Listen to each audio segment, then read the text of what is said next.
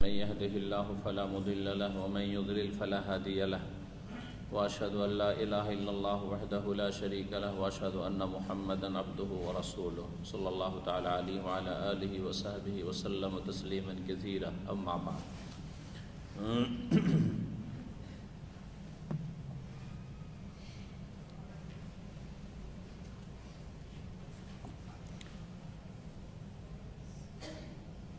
فقد روى البخاري رحمه الله تعالى عن ابن مسعود عن عبيد الله بن عبد الله بن عتبة بن مسعود أن عبد الله بن عباس رضي الله تعالى عنهما أخبره أن أبا سفيان بن حرب أخبره أن هرقل أرسل إليه في ركب من قريش وكان تجارا بالشام في المدة التي كان رسول الله صلى الله عليه وسلم أدى فيها أبا سفيان وكفار قريش فأتوه وهم بإليا فدعاهم في مجلسه وحوله زماء الروم ثم دعاهم ودعا ترجمانه فقال أيكم أقرب نسبا بهذا الرجل الذي يزعم أنه نبي فقال أبو سفيان قلت أنا أقربهم نسبا قال أدنوه مني وقربوا أصحابه فاجعلوهم عند ظهره ثم قال لترجمانه أو ترجمانه قل لهم إني سائل هذا عن هذا الرجل فإن كذبني فكذبوه الحديث মহান আল্লাহর সমস্ত প্রশংসা যে আল্লাহ রাব্বুল আলামিন আমাদেরকে দ্বীনে ইসলামের শান্তি লাভের তৌফিক দান করেছেন তার বিশেষ রহমতে আলহামদুলিল্লাহ। সালাত এবং সালাম নাজিল হোক নবী মুহাম্মদ রাসূলুল্লাহ সাল্লাল্লাহু আলাইহি ওয়াসাল্লামের মাধ্যমে রাসূলুল্লাহ সাল্লাল্লাহু আলাইহি ওয়াসাল্লামের ওপর, যার মাধ্যমে আল্লাহ রাব্বুল আলামিন বহু মানুষকে ইহকাল পরকালের দুনিয়া আখিরাতের শান্তি দান করেছেন। যারা এই রাসূলুল্লাহ সাল্লাল্লাহু আলাইহি ওয়াসাল্লামের দাওয়াতে সাড়া দিয়েছে, ডাকে সাড়া দিয়েছে, তার আদর্শকে গ্রহণ করেছে, তারা ইহকাল পরকাল সব কালেই সার্বিক জীবনে সুখ শান্তি পেয়েছে এবং পাবে। কারণ তার নিয়ে আসা দিন হচ্ছে সর্বশেষ দিন, তার নিয়ে আসা আদর্শ হচ্ছে আল্লাহ রাব্বুল আলামিনের নাযিলকৃত আদর্শ, তার চরিত্র হচ্ছে উত্তম চরিত্র, তিনি হচ্ছেন রাহমাতুল লিল আলামিন। আমাদের ধারাবাহিক আলোচনা সহিহুল বুখারী চলছে বাদউল ওয়াহি বা ওয়াহির সূচনা সম্পর্কে, এই প্রথম পর্ব সহিহ বুখারী। আজকে হচ্ছে সর্বশেষ হাদিস এই পর্বের, হাদিস নম্বর 7। হাদিসটি বড় লম্বা আছে, চেষ্টা করবো ইনশাআল্লাহ তাআলা আজকে সেই হাদিসটি শেষ করার। বড় লম্বা ঘটনা। আবু সুফিয়ান বাণিজ্যিক সফরে প্যালেস্টাইনে বাইতুল মুকাদ্দাসে গিয়েছিলেন তার কাফেলা নিয়ে, বাণিজ্যিক কাফেলার সাথী সঙ্গীদেরকে নিয়ে। আর সেখানকার যে শাসক ছিল হেরাকল, খ্রিস্টান রাজা, সে তাকে ডেকেছিল তার দরবারে এবং তাকে বেশ কিছু জিজ্ঞাসাবাদ করেছিল, 10টি প্রশ্ন করেছিল। এই 10টি প্রশ্নের উত্তর আবু সুফিয়ান রাদিয়াল্লাহু তাআলা আনহু তার কুফরির অবস্থায়, ইসলাম পূর্বের ঘটনা, যে উত্তরগুলি তিনি দিয়েছিলেন সেই উত্তরগুলি এখানে রয়েছে, যা রাসূলুল্লাহ সাল্লাল্লাহু আলাইহি ওয়াসাল্লাম সম্পর্কে তাকে জিজ্ঞাসা করা হয়েছিল রাজা হেরাকলের পক্ষ থেকে। কথা লম্বা না করে হাদিসটা শুরু করি। তাবেঈ ওবায়দুল্লাহ বিন আব্দুল্লাহ বিন উতবা বিন মাসউদ রাহমাতুল্লাহি আলাইহি রাদিয়াল্লাহু আনহু বর্ণনা করছেন যে আন্না আব্দুল্লাহ ইবনে আব্বাস আখবরাহু, তার ওস্তাদ প্রখ্যাত সাহাবী মুফাসসির আব্দুল্লাহ বিন আব্বাস রাদিয়াল্লাহু তাআলা আনহুমা তাকে জানিয়েছেন যে আন্না আবু সুফিয়ান বিন হারবিন আখবরাহ, আব্দুল্লাহ বিন আব্বাসকে জানিয়েছেন আবু সুফিয়ান ইসলাম কবুল করার আগে। ঘটনা হচ্ছে ইসলাম কবুলের পূর্বের ঘটনা। আব্দুল্লাহ বিন আব্বাস সেই সময় হয়তো ভূমিষ্ঠই হননি, তখনকার ঘটনা। তাহলে তিনি তো সচক্ষে দেখেননি, আর সেই সময় শোনেননি। তাহলে শুনলেন কখন? পরে যখন আবু সুফিয়ান ইসলাম গ্রহণ করার পরে এই ঘটনা তাকে বর্ণনা করেন। ঘটনা কি ছিল? বলছেন, আন্না হেরাকলা আরসালা ইলাইহি ফি রাকবিন মিন কুরাইশ। হেরাকল হচ্ছে রোমের রাজার উপাধি। রোমের রাজার উপাধি হচ্ছে নাম হেরাকল, আর উপাধি ছিল কাইসার। উপাধি হচ্ছে কাইসার, নাম ছিল হেরাকল। কাইসার বলা হয়তো রোমের রাজাদের, আর কেসরা বলা হয়তো পারস্যের রাজাদের। যে কেউ রাজা হবে, কোনো ব্যক্তির নাম নয় এটা। যেমন ভারত উপমহাদেশে এক সময় রাজা আমলে রাজা অথবা মহারাজা, রাজাকে কি বলা হয়তো? মহারাজ, মহারাজ বা মহারাজা। মহারাজা শব্দটি বিভিন্ন দেশের মানুষের সাথে মদিনা ইউনিভার্সিটিতে দেখা সাক্ষাতে দেখলাম যে মাশাআল্লাহ এই শব্দটি মানে বিস্তর অঞ্চলে ছড়িয়ে আছে। এই শব্দটি হিন্দিতে ব্যবহার হয়। ভারতের যতগুলি ভাষা রয়েছে, বাংলা হিন্দি থেকে শুরু করে দক্ষিণ ভারতে যতগুলি ভাষা আছে, মহারাজা ব্যবহার হয়। কারণ এর মূল হচ্ছে সংস্কৃত, এর মূল হচ্ছে সংস্কৃত। শুধু ভারতে নয়, যেটা বলতে চাইছি সেটা হচ্ছে মালয়েশিয়া, ইন্দোনেশিয়ার আমাদের ক্লাসমেট যারা বন্ধুবান্ধব একসাথে লেখাপড়া করেছে তারাও মহারাজা বলে।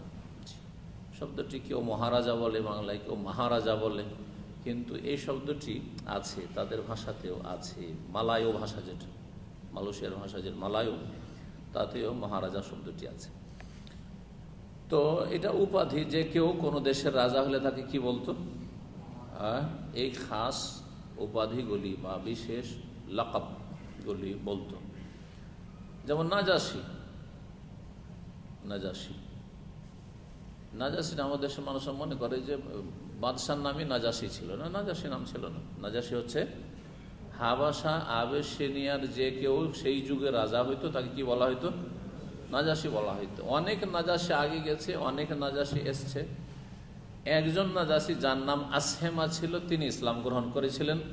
আর কেউ দেশবাসী ইসলাম গ্রহণ করেনি, তার ইন্তেকাল হয়ে গেল, জানাজা পড়ার কোনো লোক ছিল না। সেই জন্য রাসূলুল্লাহ সাল্লাল্লাহু আলাইহি ওয়াসাল্লাম গায়েবানা জানাজা পড়েছিলেন এই নাজাসি, বাদশা নাজাসি। ফেরাউন, জি ফেরাউন।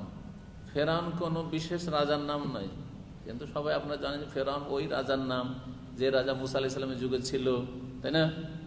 না, ফেরাউন তার নাম না। ফেরাউন মেসরের কিপ্তের মধ্য থেকে, মানে ইজিপশিয়ান কিপ্ত থেকে কিন্তু ইজিপ্ট শব্দটি এসছে। আরবিতে কিপ্ত, এটাকে ইংলিশ করতে গিয়ে ইংরেজরা ওটাকে ইজিপ্ট করেছে। এই জন্য মেসরকে তারা ইজিপ্ট বলে থাকে, কিপ্ত। কারণ মেসরের প্রাচীন খ্রিস্টান জাতি হচ্ছে এরা হচ্ছে কিপ্তি, এরা হচ্ছে কিপ্তি, জি। আর আরেকটা দল ছিল মুসা আলাইহিস সালাম বংশধর যারা ছিল ইসরায়েলি, মানে বনু ইসরায়েল, ইয়াকুব আলাইহিস সালামের বংশের। এই দুটো বংশ সেখানে স্থানীয় ছিল কিপ্তিরা। তাদের দেশ সেটা, বহু বচন আকবাত ওদেরকে বলা হয়। এখনও মেসরের খ্রিস্টানদেরকে আকবাত বলা হয়, কিপ্তের বহু বচন। তো এই কিপ্তিদের মধ্য থেকে প্রাচীন আমলে মেসরে যে কেউ রাজা হইতো, নেতৃত্বে যেত, দেশের প্রধান হইতো, তাকে কি বলা হইতো? ফেরাউন। এই জন্য ফারায়না বলা হয়, বহু বচন কি বলা হয়? ফারায়ন। তার মানে একজন ফেরাউনের নাম নয়, আসলে বহু ফেরাউন পয়দা হয়েছে। মানে মেসরের বহু রাজা হয়েছে কিপ্তিদের, তার মধ্যে একজন ছিল বড় শয়তান ফেরাউন। আর যারা কুফরের অবস্থায় মারা গেছে তারা সব কাছাকাছি একই রকম, যাকে আল্লাহ ধ্বংস করেছিলেন মুসা আলাইহিস সালামের মাধ্যমে। মুসা আলাইহিস সালামের মাধ্যমে মুসা আলাইহিস সালামের সাথে সে চরম শত্রুতা প্রদর্শন করলো, অহংকার প্রদর্শন করলো। ফাহাশারা ফানাদা ফাকালা আনা রাব্বুকুমুল আলা ওয়াস্তাকবারা হুয়া ওয়া জুনুদুহু ফিল আরদি বিগাইরিল হক। অন্যায়ভাবে সে আর তার সেনাবাহিনী অহংকার প্রদর্শন করেছিল। আল্লাহ তাদেরকে ধূলিসাৎ করে দিলেন, তাকে এবং তার সেনাবাহিনী। এই একজন ফেরাউন। তাহলে মেসরে প্রাচীন যুগে বহু ফেরাউন, মানে বহু রাজা এসছে কিপ্তিদের, তারা সবাই ফারায়না। জি, কি বলছিলাম? এ হেরাকল বা কাইসার তাদেরকে বলা হয়তো। এর রাসূলুল্লাহ সাল্লাল্লাহু আলাইহি সাল্লাম যখন চিঠি পাঠালেন বিভিন্ন দেশের রাজাদেরকে, চিঠি পাঠিয়েছিলেন মক্কা বিজয়ের পরে, তখন একটা সুবিধা হইল যে এখন মক্কায় তো বিজয় হয়ে গেছে, আরব দেশ থেকে তো শিরক মুক্ত হয়ে গেছে, শিরক থেকে পাক পবিত্র হয়ে গেছে, এখন তৌহিদ এই দেশে। তো আশেপাশে তো দিনের দাওয়াত দিতে হবে, কারণ রাসূলুল্লাহ সাল্লাল্লাহু আলাইহি ওয়াসাল্লামকে তো শুধু আল্লাহ আরবদের জন্য পাঠাননি, আর রাসূলুল্লাহ সাল্লাল্লাহু আলাইহি ওয়াসাল্লামকে আরব উপদ্বীপের জন্য, এই আরব জগতের জন্য শুধু কোনো খাস অঞ্চলের জন্য পাঠানি, সারা বিশ্বের জন্য রাহমাতুল লিল আলামিন, কাফাতাল লিন্নাস, সমস্ত মানবতার জন্য। তাহলে সমস্ত মানবতার কাছে ইসলামের যে দাওয়াত পৌঁছাইতে হবে। তখন চিঠি লেখা শুরু করলেন, অনেক রাজা বাদশাদেরকে চিঠি লিখেছিলেন। তার মধ্যে একটি চিঠি ছিল কাইসারের নামে, অর্থাৎ রোমের রাজার নামে। যেই চিঠি পৌঁছেছিল এই ঘটনার পূর্বে, চিঠিটা পৌঁছেছে, এই চিঠি নিয়ে গিয়েছিলেন প্রখ্যাত সাহাবী রাসূলুল্লাহ সাল্লাল্লাহু আলাইহি ওয়াসাল্লামের দাহিয়া আল কালবি। কারণ এই হাদিসে এত লম্বা হওয়া সত্য সব কথা নেই, সেজন্য কিছু কথা এই হাদিসটাকে আরো স্পষ্ট করার জন্য বলতে হচ্ছে। দাহিয়া কালবি রাসূলুল্লাহ সাল্লাল্লাহু আলাইহি ওয়াসাল্লামের সাহাবী চিঠি নিয়ে গিয়েছিলেন। চিঠি বড় সম্মানের সাথে, শ্রদ্ধার সাথে নিয়েছিল এবং দুধকে বড় সম্মান করেছিল, যেটা হচ্ছে আসল নীতিমালা। যতই যুদ্ধ লেগে থাক, যে দুধ যাবে তার সাথে সদাচরণ করতে হয়, প্রাচীন যুগ থেকে এটা চলে আসছিল। কিন্তু তার ভাগ্যে ইসলাম জুটেনি, গদির লোভে ইসলাম হারিয়েছে দুনিয়ায়, সুতরাং আখেরাতে জান্নাত হারিয়েছে, জাহান্নামের ইন্ধন হয়েছে এই রোমের রাজা। কিন্তু আচরণটা ভালো করেছিল, আচরণটা কি করেছিল? ভালো করেছিল। সেই যুগে দুটো সুপার পাওয়ার ছিল, সেই যুগে দুটো সুপার পাওয়ার ছিল। একটা হচ্ছে রোমান সুপার পাওয়ার, ওরা ভালো আচরণ করলো দূতের সাথে, চিঠির সাথে, শ্রদ্ধার সাথে চিঠি গ্রহণ করলো, কোনো খারাপ আচরণ করেনি, কিন্তু ইসলাম কবুল করেনি। আর একটি সুপার পাওয়ার ছিল পার্সিয়ান, জি, ফারিস, মুলকে ফারিস, যেটা ছোট হইতে হইতে ইরান হয়েছে। তখনকার ফারিস ছিল ইরাক, তুরস্কের কিছু অঞ্চল, আরও অনেক এলাকা নিয়ে বিস্তর একটা বড় শক্তি। যেই শক্তির প্রভাব এই আরবের পূর্ব অঞ্চলেও ছিল, এই পূর্ব অঞ্চলটাতে, জি, যার ফলে ওদের কিছু প্রভাব, ধর্মীয় প্রভাব থেকে গেছে, মানে ওই যে রাফিজি শিয়া প্রভাবটা থেকে গেছে। জি, ওই ভক্তিটা, ইরান ভক্তিটা এই এলাকায় থেকে গেছে। যারা আপনার শিয়া, তাদের মধ্যে এরা খায় দায় সৌদি আরবের আর গুণ গায় ইরানের। জি, তো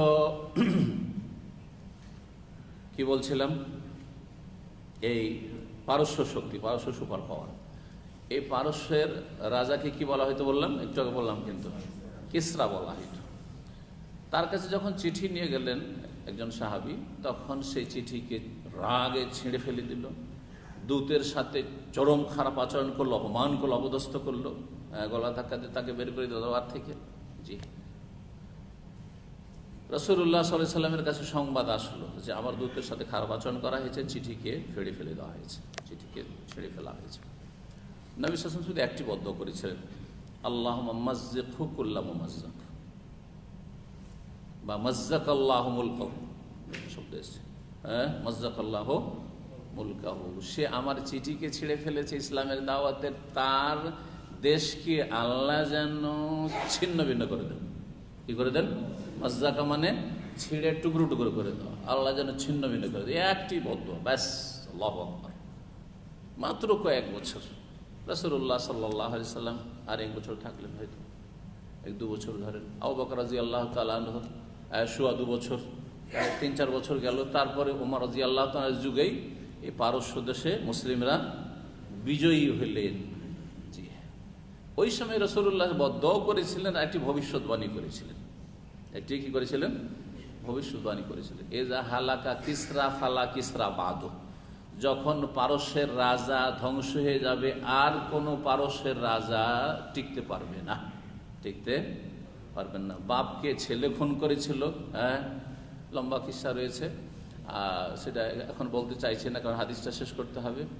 আর তারপরে ছেলেও ধ্বংস হলো, আর তারপর শুধু একটা কন্যা থেকে যায়, এক মেয়ে থেকে যায়।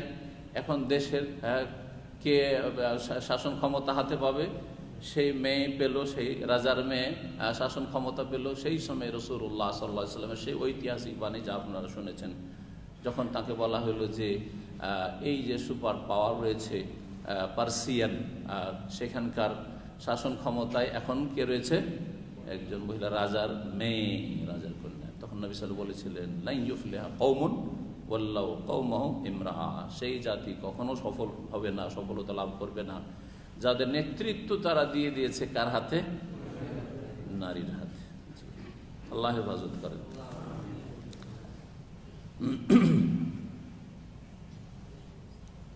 তো এখন ঘটনায় আসি।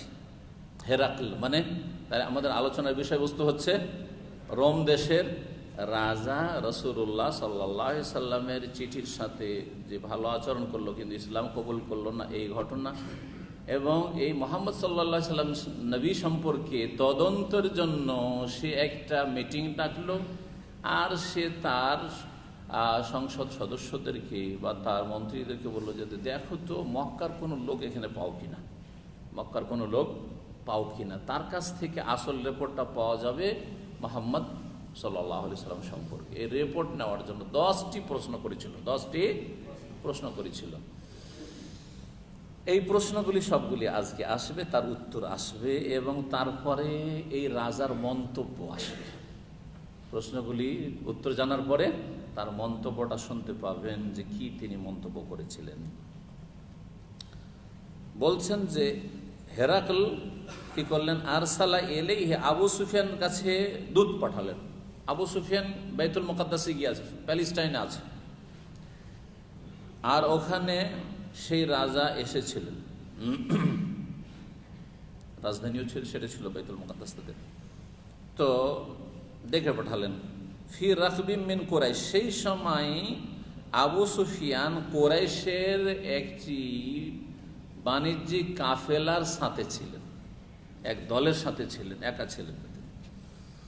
ওয়াকানু তুজ্জারান বিশাম, তারা শাম দেশে ব্যবসার জন্য গিয়েছিলেন। ফিল মুদ্দা, সেই সময়টাই আল্লাতী কানা রাসূলুল্লাহ মাদ্দা ফিহা, যে সময় রাসূলুল্লাহ সাল্লাল্লাহু আলাইহি সাল্লাম কি করেছিলেন, আবু সুফিয়ানের সাথে আর কুরাইশ মক্কার কাফেরদের সাথে একটা চুক্তি সম্পাদন করেছিলেন। 10 বছরের সেই চুক্তিটা ছিল, 10 বছরের চুক্তি ছিল এটা। তাহলে হুদাইবিয়ার সন্ধির পরে, হুদাইবিয়ার সন্ধি কখন হয়েছিল? কে বলতে পারেন কোন সালে? 6ষ্ঠ হিজরিতে। হুদাইবিয়ার সন্ধি হয়েছিল কখন? 6ষ্ঠ হিজরি। তাহলে 6ষ্ঠ হিজরির পরে 7ম হিজরিতে ঐতিহাসিক বলেছেন। রাসূলুল্লাহ সাল্লাল্লাহু আলাইহি সাল্লাম খোলাখুলি ইসলামের দাওয়াত দিয়ে চিঠি দেওয়া মক্কা বিজয়ের পরে করেছেন, আর তার আগেও হুদাইবিয়ার সন্ধির পরেও যেহেতু মক্কার লোকদের সাথে, যে যদিও তারা ইসলাম গ্রহণ করেনি, মক্কা বিজয় হয়নি, তবুও ইসলামের দাওয়াতের জন্য একটা রাস্তা খুলে গেছে, যে সন্ধি আছে, মদিনার লোক মক্কা যেতে পারবে, নিরাপদ ঘুরে আসতে আত্মীয় স্বজনদের কাছে। মক্কার কাফেররা মদিনায় আসছে, আত্মীয় স্বজনদের কাছে আসছে, এই আশার মাধ্যমে দিন শিখাতে পারছে। মদিনায় এসে আত্মীয়দের কাছে থাকতো, এরা দিন শিখাতে শুরু করতো, ইসলামের দাওয়াত দেওয়া শুরু করতো। লাভ হলো না? মদিনার মুমিন মুসলিমরা মক্কার কাফের আত্মীয়দের বাড়ি যেত, যাওয়ার পরে ওদেরকে ইসলামের দাওয়াত দেওয়া শুরু করতো। ব্যক্তি পর্যায়ে যখন মানুষ দুর্বল থাকে, তখন ব্যক্তি পর্যায়ে দাওয়াত দিতে হয়। এই টেকনিকটা শিখে রাখেন, আপনারা কিন্তু বুঝেন না, যার ফলে আপনারা ইসলামের অনেক সময় দাওয়াত দিতে গিয়ে ক্ষতি করেন। 2-3 জন হেদায়েত হয়েছেন গোটা গ্রামে, আর সবগুলি বেদাতে ডুবে আছে। দিলেন একটা মাহফিল ডেকে, পয়সা আছে, সৌদি আরবে থাকেন, আর গিয়ে একটা দিলেন মাহফিল ডেকে, কাকে? বাংলাদেশের বড় বড় দুজন বক্তাকে নিয়ে আসে, যারা গরম গরম বক্তব্য করতে পারে, যাদেরকে চেনে, ওদের নাম শুনলে যে আসছে, আর বিজ্ঞাপন দেখলেই এমন তাদের কিয়ামত শুরু হয়ে যায় যে কোনো উপায়ে কি করতে হবে, মাহফিল বন্ধ করতে হবে। এবং ভয় পেয়ে আতঙ্কে তখন কি করে, আপনাদের বিরুদ্ধে উঠে পড়ে লাগে, উৎখাত করো, মাদ্রাসা হলে শেষ করো, মসজিদ হলে শেষ করো, উঠে পড়ে লাগে। কিন্তু ব্যক্তি পর্যায়ে যদি ঘরে ঘরে ঘরে ঘরে গিয়ে দাওয়াত দেওয়া শুরু করেন, এই জন্য আমি সবসময় বলি যে আপনাদের মতো আম জনগণ, সারা দেশের লোক আর ডিস্ট্রিক্টের লোকও দাওয়াত দেওয়ার দরকার নেই। ওটার জন্য আলেমরা, বহু আলেম আছে সই আকিদার। জি হ্যাঁ, আপনার মতো লোক যদি আপনার নিজের বংশধরকে দাওয়াত দিতে পারেন, হ্যাঁ, আপনার মায়ের বংশধরকে দাওয়াত দিতে পারেন, বাপের বংশ আর মায়ের বংশ, দুটো বংশ হইল, আর শ্বশুর বংশকে দাওয়াত দিতে পারেন, এতে আপনি 500 থেকে 1000 লোকে দাওয়াত দিতে পারবেন না? এই 3টা বংশ মিলে অনেকের বড় বড় বংশ আছে। বংশের লোকেরা যদি কবুল নাও করে তো আপনাকে মারধর করবে না, তাই না? মেরে ফেলবে না। মামার বাড়িতে কোনোদিন মেরে ফেলে? যদিও আপনার সাথে আকীদার দুশমনী আছে, ধর্মীয় দ্বন্দ্ব আছে, সবচেয়ে বড় দ্বন্দ্ব ধর্মীয় দ্বন্দ্ব, কিন্তু তারপরেও এত বড় কট্টর শত্রু হয়তো হবে না, হইতে পারে দু একজন হইতে পারে আবুল আহাবের মতো, আছে কিছু আবুল আহাব এখনো। নবী সাল্লাল্লাহু আলাইহি ওয়াসাল্লাম কট্টর শত্রু আপন চাচা যেমন আবুল আহাব ছিল, কিন্তু অধিকাংশ লোক আপনার সাপোর্টে থাকবে, আবু তালেবের মতো থাকবে, আবু তালেবের চরিত্রের। যদি কবুল নাও করে তো আবু তালেব চরিত্রের পাবেন আপনি, ওদেরকে হিতাকাঙ্ক্ষী পাবেন।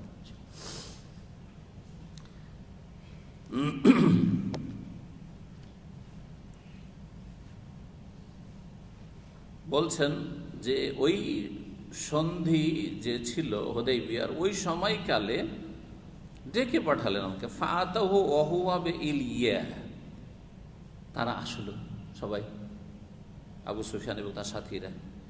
সেই সময় ইলিয়া নামক স্থানে, ইলিয়া বলা হয় বাইতুল মুকাদ্দাসের প্রাচীন নাম।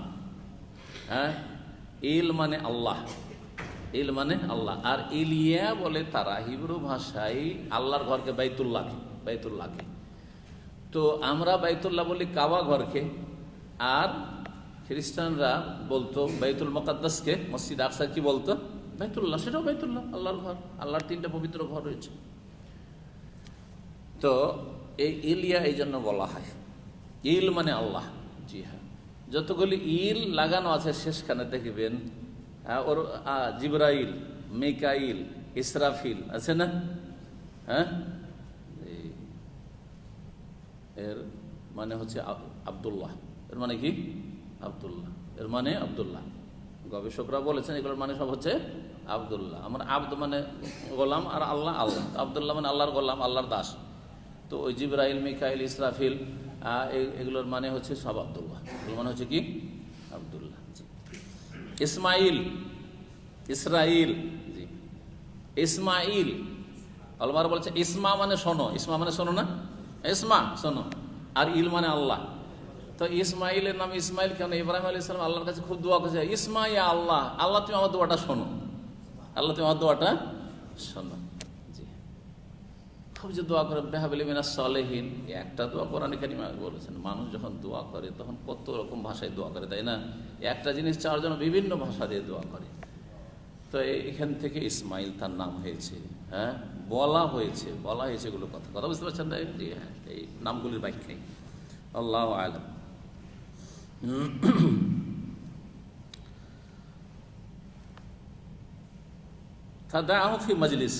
তারপরে রাজা ডাকলেন কাকে?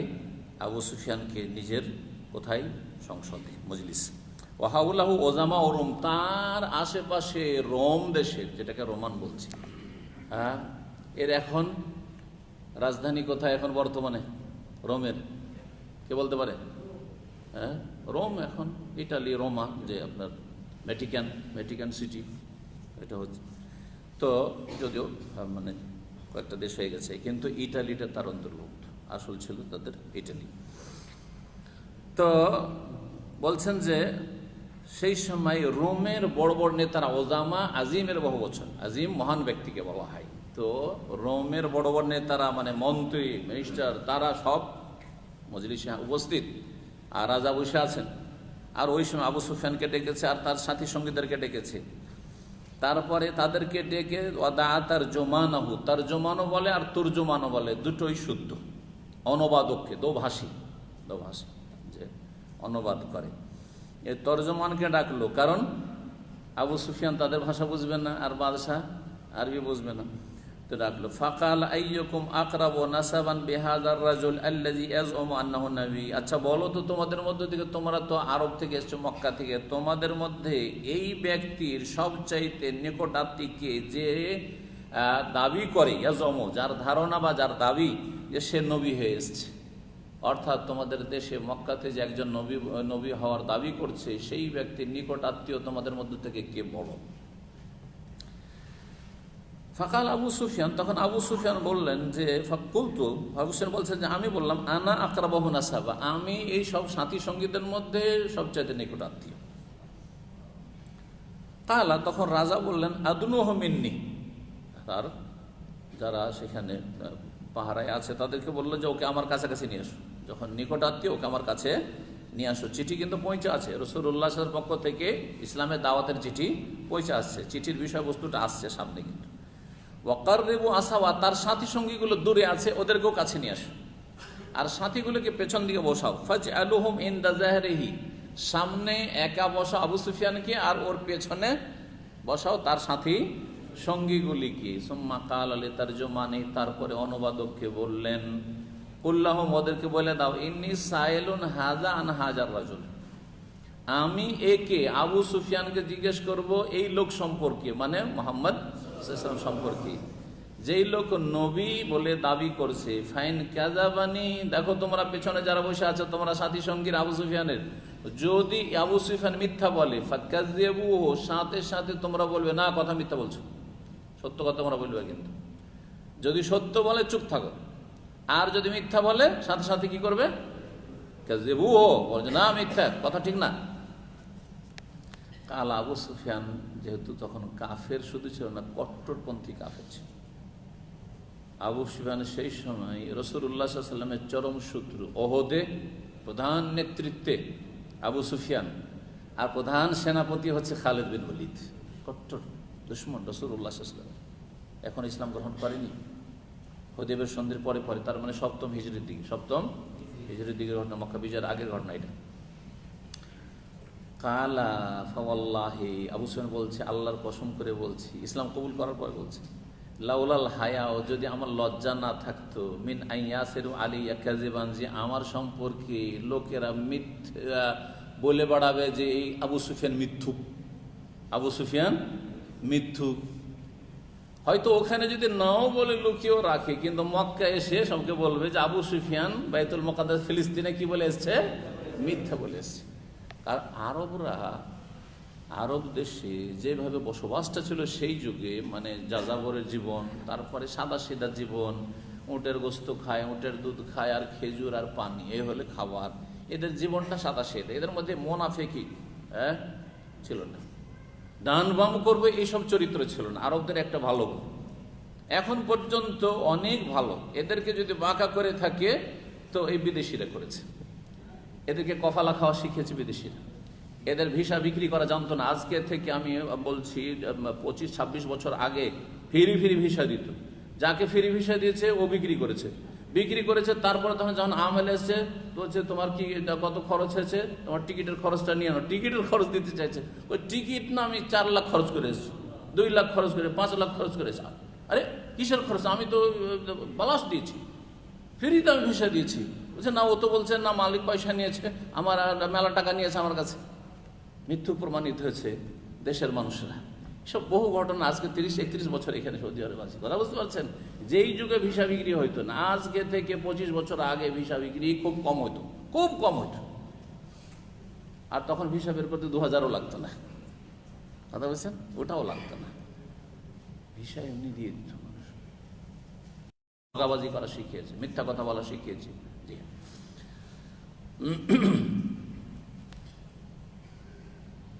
তো এরা কিন্তু, এদের একটা ভালো স্বভাব ছিল, মিথ্যা কথা বলতো না, মূর্তি পূজা করতো, মুশরিক। আমি একজন আরবি, একজন মানুষ, মিথ্যা কথা বলবো কেন? মিথ্যা কথা বলতো না এরা। কিছু চারিত্রিক ভালো গুণ ছিল। শেখ সাফির মোবারকপুর রাহিকুল মাখতুমে উল্লেখ করেছেন যে আল্লাহ সারা পৃথিবীর জন্য নবী বাড়াইবেন, তো আরব দেশে কেন বাছাই করলেন? অনেক গবেষকরাই লিখেছেন, সিরাতুন নবীতে এই বিষয়টি আলোচনা করেন। বেশ কিছু আরবদের ভালো বৈশিষ্ট্য আছে, যেই বৈশিষ্ট্য সংস্কৃত নবী পাঠাইতেন। হ্যাঁ, না না না, আরবি নবী পাঠিয়েছেন। জি, আরবদের একটি ভালো গুণ এটা, সত্য কথা বলা, মুনাফিকি নেই। মুনাফিক বেশি ক্ষতি করে, এরা হচ্ছে ঘরের দুশমন, কপট না। আরবদের আরেকটা ভালো গুণ আছে, যেটাকে সত্য বুঝে নেবে ওর জন্য সবকিছু ত্যাগ স্বীকার করতে পারে, জান মাল সব কোরবানি করতে পারবে। কিন্তু অন্য জাতির স্বভাব হচ্ছে সুবিধাবাদী, দেখছে যে এখানে কিছু বেনিফিট পাবো আছি, আর যদি দেখে যে আরে বিপদ রে, মরতে হবে, ও দেখুন সামনে আসছে বদর, না না নাই, আউট, পালা এখান থেকে, ভাগ। জি, এই চরিত্র আরো না, হক বুঝে নিয়েছি, মরবো কিন্তু পিছপা হবো না। এটা সাহায্য করেছে রাসূলুল্লাহ সাল্লাল্লাহু আলাইহি ওয়াসাল্লামকে এবং দ্বীন ইসলামকে।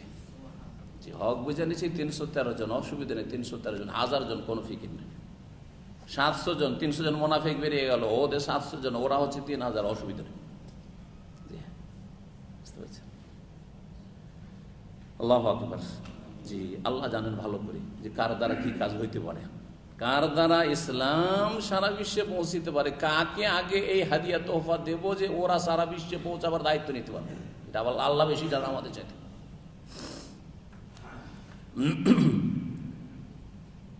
বলছেন আবু সুফিয়ান যে লাউলাল হায়া, ও যদি আমার লজ্জার ভয় না থাকতো, মিন আইয়াসির আলিয়া কাযিবান, যে আমার সম্পর্কে লোকেরা মিথ্যার চর্চা করবে, যে আমি মিথ্যা বলেছি, লাকাযাবতু আলাইহি, তো মুহাম্মদ সম্পর্কে যখন জিজ্ঞাসা আমাকে করা হয়েছিল আমি মিথ্যা বলতাম, মিথ্যা রিপোর্ট দিতাম, আমি বদনাম করে ছাড়তাম। কিন্তু উপায় নেই, এক তো পিছনে বসে আছে, কি জানি যদি সাথে সাথে আমাকে মৃত্যু সাব্যস্ত করে দেয়, আর যদি এখানে নাও বলে কারণ আমি হচ্ছি তাদের নেতা, তো মক্কা কি শব্দ ঘরে ঘরে বলে বেড়াবে যে আবু সুফিয়ান ওখানে এতে ছিল, বাইতুল মুকাদ্দাস আমাদের সাথে মিথ্যা বলেছে রাজার সামনে। মিথ্যা বলাটা পড়াই ছিল। সুম্মা কানা আউওয়ালা মা সাআলানি আনহু, তারপরে সর্বপ্রথম যেই সওয়াল, যে জিজ্ঞাসা আমাকে করলেন, এখান থেকে 10টা সওয়াল বলছি। প্রথম প্রশ্ন তো ছিল যে কে, নিকটাত্মীয় ইত্যাদি ওসব ছিল। কি জিজ্ঞেস করলেন রাজা? বলছে কাইফা নাসাবুহু ফিকুম, মুহাম্মদ সাল্লাল্লাহু আলাইহি ওয়াসাল্লামের বংশ পরিচয়টা কেমন, বংশীয় মর্যাদা কেমন, ছোট বংশের না বড় সম্ভ্রান্ত বংশের, তার বংশ পরিচয় কেমন।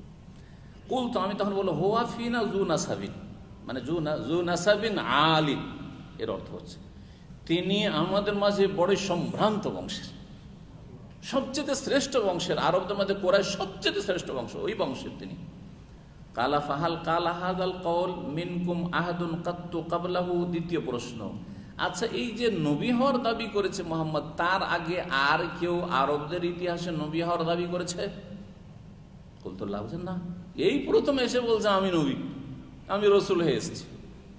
তৃতীয় প্রশ্ন, কালা হাল কানা মিন আবাই মিন মালিক, তার পূর্বপুরুষ বাপদাদার মধ্যে কেউ কি রাজা ছিল? প্রশ্ন। বলতুল্লাহ না, কি আরো না, বকরি ছাগল চড়ায়, আউট চড়ায় আর দুধ খায়, বাস এই হচ্ছে তাদের খাবার। আর এদের গোত্রীয় শাসন, ওদের রাজাও নেই, রাষ্ট্রপতিও নেই, প্রধানমন্ত্রীও নেই, কিচ্ছু নেই তাদের, হ্যাঁ কিছুই নেই, ওসব সিস্টেমই নেই, কেউ রাজাই ছিল না আরবদের মধ্যে। কালাফা আশরাফুন নাস ইয়াত্তাবিউনাহু আম দুআফাহুম, কয় নম্বর প্রশ্ন? 3। শ্রেষ্ঠরা তার অনুসারী হচ্ছে না দুর্বলরা? সমাজের যারা বড় বড় নেতা মাথা তারা ইসলাম গ্রহণ করছেন না ওই গরিব দুঃখী অভাবীগুলো, দুর্বলগুলো? কলতুবাল দুআফাহুম, সব সমাজের যারা গরিব মানুষ, দুঃখী মানুষ, অভাবী, হ্যাঁ তারা ইসলাম গ্রহণ করছে, তারা ইসলাম গ্রহণ করছে। সত্যি এর শুধু রাসূলুল্লাহ সাল্লাল্লাহু আলাইহি ওয়াসাল্লাম আমলের সাথে খাস না, আজ কেউ যে কোনো জায়গায় দেখবেন তাওহীদ সুন্নাতের দাওয়াত আগে একেবারে সাধারণ মানুষরা কবুল করে, সাধারণ মানুষরা কবুল করে। যদি আপনি দামামের ইতিহাস দেখেন 1420 হিজরি 1909, তখন থেকে শুরু করে আমার চোখের সামনে সব হাসছে, সব কিছু 15-20টা লোক নিয়ে যে শুরু করা, 15টি প্রথম ছিল, প্রথম দর্শ। সেখানে কোনো বড় পুঁজিপতি পয়সাওয়ালা, এমনকি দীর্ঘ 5 বছর 7 বছর হয়ে গেছে, বড় অনেক পয়সাওয়ালা পুঁজিপতিরা এসে একদম সেই আকিদা গ্রহণ করেছে, বড় একদম প্রফেসর এসে বা বড় ডাক্তার ইঞ্জিনিয়ার এসে নাম উঠিনি, সাধারণ মানুষ খেটে খায়, তারাই সেই আকিদার দাওয়াতে সাড়া দিয়েছে। এটা হচ্ছে হক চিনার একটা লক্ষণ। আপনার দাওয়াত যদি হক হয়, সত্য হয়, তাহলে আপনার অনুসারী হোমড়া চোমড়াগুলো হবে না, কারণ ওখানে বেনিফিট বেশি দেয়, ওখানে পয়সার খেলা নেই, কিছু পাবো না ওখানে কিছু, হ্যাঁ ওখানে কি পাবো এদের কাছে, কি পাবো এদের কাছে। জি, কিন্তু গরিব মানুষরা না, হকটা বুঝেছি, আমরা যেভাবে আছি ওইভাবে আমাদের জীবনটা কাটবে, হকটাকে ধরে নিই। এদেরকে আল্লাহ সম্মানিত করেন, যারা গরিব মানুষ তাদেরকে আল্লাহ সম্মানিত করেন এই হকের তৌফিক দিয়ে। এরা প্রথমে হকের দিকে ছুটে আসে। নবী সাল্লাল্লাহু আলাইহি ওয়াসাল্লামের চারিদিকে কারা ছিল বুঝতেই পারছেন, আসছে। কুলতুবাল দুআফাহুম, তার অনুসারী সব দুর্বল। কালা আয়াজিদুন আম ইয়ানকুসুন, আচ্ছা সংখ্যা অনুসারীদের বাড়ছে না কমছে? কুলতু, তখন আমি বললাম, আবু সুফিয়ান বলছে বাল ইয়াজিদুন, বাড়তে আছে ধীরে ধীরে, ওই একটা থেকে শুরু হয়েছে, 2টা 3টা ডেলি বাড়তে আছে ওদের সংখ্যা, মিথ্যা বলতে পারছে না। কালা ফাহাল ইয়ারতাদু আহাদু মিনহুম সাখতাতান লিদীনিহি বা'দা আন ইয়াদখুলা ফীহি, আচ্ছা তার ধর্মে প্রবেশ করার পরে, দীক্ষিত হওয়ার পরে কি অসন্তুষ্ট হয়ে ঘৃণা করে কি তার ধর্ম ত্যাগ করে ফিরে যাচ্ছে? ইসলাম কবুল করার পরে কেউ কি মুরতাদ হচ্ছে, ফিরছে? বলতেন না, কেউ ফিরতে চায় না, ও একবার অন্ধ হয়ে যাচ্ছে। কালা ফাহাল কুনতুম তাত্তাহিমুনাহু বিল কাযিব ক্বাবলা আন ইয়াকুলা মা কাল। আচ্ছা, এই যে নবী হওয়ার দাবি করেছে মোহাম্মদ, তার আগে কোনোদিন তাকে মিথ্যা কথা বলতে শুনেছো? তোমাদের সাথে তো চলাফেরা, লেনদেন, ব্যবসা বাণিজ্য চলতে আছে, আত্মীয় আর কাছের আত্মীয় বলছো, তো কোনোদিন মিথ্যা বলতে শুনেছো তাকে দুনিয়ার ক্ষেত্রে? কারণ ধর্ম তো এখন শুরু হলো, ইসলাম তো এখন শুরু হলো, তাই না? যখন নবী দাবি করলেন, কিন্তু বাকি দুনিয়াবী জীবনে, পার্থিব জীবনে সে কোনোদিন মিথ্যা কথা বলেছে তোমাদেরকে? কুলতুল, আমি বললাম না, জীবনে মিথ্যা কথা বলেনি তার আগে। কালা ফাহাল ইয়াগদিরু, আচ্ছা সে কোনোদিন গাদ্দারি করে? গাদার শব্দটি, গাদ্দারি কিন্তু আরবি শব্দ। ইয়াগদিরু, সে কি গাদ্দারি করে? গাদ্দারি তো বুঝেন না, মানে কি বিশ্বাসঘাতকতা করা, চুক্তি। না না, কোনোদিন গাদ্দারি করেনি কারোর সাথে। ওয়া নাহনু মিনহু ফি মুদ্দাতিন, কিন্তু একটা এখানে বিষ ঢুকাবার চেষ্টা করলো। ও নিজে ইসলাম কবুল করা বলছে, আমি কিছুই পারিনি, একটা বিষ এখানে ঢুকাবার চেষ্টা করেছি। বলছে তবে গাদ্দারি তো এতদিন করেনি, কিন্তু আমরা এখন তার সাথে একটা চুক্তিতে আছি 10 বছরের। ফি মুদ্দাতিন, একটা পিরিয়ডের চুক্তি করেছে। লা নাদরি মা হুয়া ফাইলুন ফিহা, জানি না কি যে করবে, জানি না কি যে করবে, এতে হইতে পারে, জানা নেই। কালা, আবু সুফিয়ান বলছে ওয়ালাম ইউমকিননি কালিমাতুন উদখিলু ফিহা শাইআন গায়রু হাযিহিল কালিমা, এই একটা কথা ছাড়া আর কিছু আমি ঢুকাইতে পারিনি ভেজাল, সব সত্য সত্য বলেছি। ওটাও বিশ্বাস ছিল যে মোহাম্মদ গাদ্দারি করবে না, এই যে হুদাইবিয়ার সন্ধি করেছে গাদ্দারি করবে না, তারপরে এই কথা ঢুকিয়েছে। কালা ফাহাল কাতালতুম, আচ্ছা তার সাথে তোমাদের লড়াই হয়েছে? কুলতুন নাম, হ্যাঁ লড়াই হয়েছে, হচ্ছে। কালা ফাকাইফা কানা কিতালুকুম ইয়াহু, তোমাদের তার সাথে লড়াইটা কেমন? সে সবসময় বিজয়ী হয় না তোমরা বিজয়ী হও? তখন বলছে আল হারবু বাইনানা ওয়া বাইনাহু সিজালুন ইয়ানালু মিন্না ওয়া নানালু মিনহু, আমাদের মাঝে এবং তার মাঝে যে লড়াই চলে, যুদ্ধ চলে, সেটা কূপের বালতির মতো। বালতির মতো, বালতি, কূপে যখন বালতি রাখা থাকে, কেউ কূপ থেকে পানি খেয়েছেন আপনারা? খেয়েছেন না? বালতি একটা থাকে, কিন্তু থাকে না সরকারি যে কূপগুলো, একটু প্রায় নিজের বাড়ির থাকে, ওখানেও বালতি থাকে, কিন্তু যেটা সরকারি থাকে, গোটা গ্রামের বা মহল্লার একটা কূপ আছে, হ্যাঁ কুয়া আছে, ও কুয়া থেকে বালতি রাখা আছে। বালতির সিস্টেমটা কি? আপনার অধিকারের না, যে যখন যাবে বালতি ডুবাইলো, পানি উঠালো, পানি নিয়ে চলে গেল, আর একজন আবার লাইন দিয়ে আছে, আসলো আবার বালতি নিল, তাহলে এক হাতে বালতি কূপের থাকে না। ঠিক তেমনই বিজয়টা এক হাতে থাকে না কখনো। বলছেন ইয়ানাল মিন্না, আমাদেরকে ক্ষতিগ্রস্ত করে, মানে আমাদের বিজয়ী হয়ে যায়। ও নানাল মিনহু, আর কখন আমরা তাকে ক্ষতিগ্রস্ত করতে পারি। ইঙ্গিত করেছিল কোন দিকে? বদর এবং ওহদের দিকে। বদরে আমাদের 70টা গেছে, আর ওহদে মুহাম্মদ সাল্লাল্লাহু আলাইহি ওয়াসাল্লামের সাথী 70টা গেছে, শহীদ হয়েছে, এইদিকে ইঙ্গিত করেছে। কিন্তু সেটা ওহদ পরাজয় ছিল না রাসূলুল্লাহ সাল্লাল্লাহু আলাইহি ওয়াসাল্লাম সাহাবায়ে কেরামদের জন্য। এর আগে বলেছি, এটি হচ্ছে গবেষকদের মত। ক্ষতিগ্রস্ত তো হয়েছেন সাহাবীরা, কিন্তু পরাজিত হননি। কেন? পরাজয় কাকে বলে? যখন রণক্ষেত্রে ছেড়ে পালায়ন করে, তখন পরাজয় বলে। সাহাবীরা পালায়ন করেননি, টিকে ছিলেন শেষ মুহূর্ত পর্যন্ত। তারাই যখন এতগুলো লোককে মেরে দিতে পেরেছে, আর তারপরে দেখলো যে আবার মুসলিমরা তো যুদ্ধ শুরু করে দিয়েছে, আর টিকতে পারবেন, তখন নিজেরাই মাঠ ছেড়ে দিয়ে চলে গেছে। সুতরাং এটা তাদের বিজয় ছিল না, তবে সাহাবায়ে কেরামদের রাসূলুল্লাহ সাল্লাল্লাহু আলাইহি ওয়াসাল্লামের ক্ষতি হয়েছে। কালা ফামাযা ইয়ামুরুকুম, আচ্ছা তোমাদেরকে নির্দেশ, শেষ প্রশ্ন, তোমাদেরকে নির্দেশ কি দিচ্ছে, কি ওসিয়ত করছে, কি উপদেশ দিচ্ছে, কি করতে বলছে? কুলতু, তখন আমি বললাম ইয়াকুল উবুদুল্লাহ ওয়াহদাহু, এক আল্লাহর ইবাদত করো, ওয়ালা তুশরিকু বিহি শাইআ, তার সাথে কোনো কিছুকে শরীক করিও না, ওয়াতরুকু মা ইয়াকুলু আবাউকুম, তোমাদের বাপদাদা পূর্বপুরুষরা যা কিছু বলছে বা বলেছে যে দেবদেবীরা দিতে পারে, হ্যাঁ এটা ছেড়ে দাও, এই সব ছেড়ে দাও। প্রতিমা পূজা, গায়রুল্লাহর পূজা কি করো? লাতুজা মানাত হবাল, এই সব ছেড়ে দাও। ওয়া আমরুনা বিসসালাতি, আমাদেরকে সালাত পড়তে বলছে, নামাজ পড়তে বলছে। জি হ্যাঁ, সালাত পড়তে। সালাত যদি সেটা মক্কা বিজয়ের আগে হয় তাহলে ফরজ হয়নি, কিন্তু এমনিতেই নফল হিসাবে রাসূলুল্লাহ সাল্লাল্লাহু আলাইহি সাল্লাম সাহাবীরা সালাত পড়তেন, সালাতের ইবাদত ছিল। আর যদি সেটা মক্কা বিজয়ের পরে হয় তাহলে সালাত না সলাৎ তো মক্কাতে ফরজ হয়ে গেছে, সলাৎ মক্কি জীবন ফরজ হয়েছে, ভুল বলছি, মক্কি জীবনেই সলাৎ ফরজ হয়ে গেছে। আর এই ঘটনা ছিল কখনকার? হুদায়বিয়া সন্ধির পরে সলাৎ ফরজ হয়ে গেছে, তাহলে এটা ফরজ সলাতের কথা বলা হচ্ছে। অসিদকে, আর সত্য কথা বলতে বলছেন। ওয়াল আফাফ, এবং সচ্চরিত্রতার নির্দেশ দিচ্ছেন। তার মানে জেনার কাছে যেও না, জি হ্যাঁ, অশ্লীল কথা কাজের কাছে যেও না, আফাফ এটাকে বলা হয়। অসেলা, এবং আত্মীয় স্বজনদের সাথে সুসম্পর্ক বজায় রাখতে বলছেন। আত্মীয় স্বজনের সাথে কি করতে বলছেন? তাহলে এই লোক আত্মীয় সম্পর্ক ছিন্নকারী না। জি, ইসলাম অমুসলিম আত্মীয় স্বজনদের সাথেও সুসম্পর্ক রাখতে বলছে। জি, সূরা লোকমান পড়ে দেখেন, ও সাহেব হুমা ফিদ দুনিয়া মারুফা, বাপ মা যদি মুশরিক হয়, কাফের হয়, তাদের সাথে দুনিয়ায় ভালো আচরণের সাথে চলাফেরা করুন।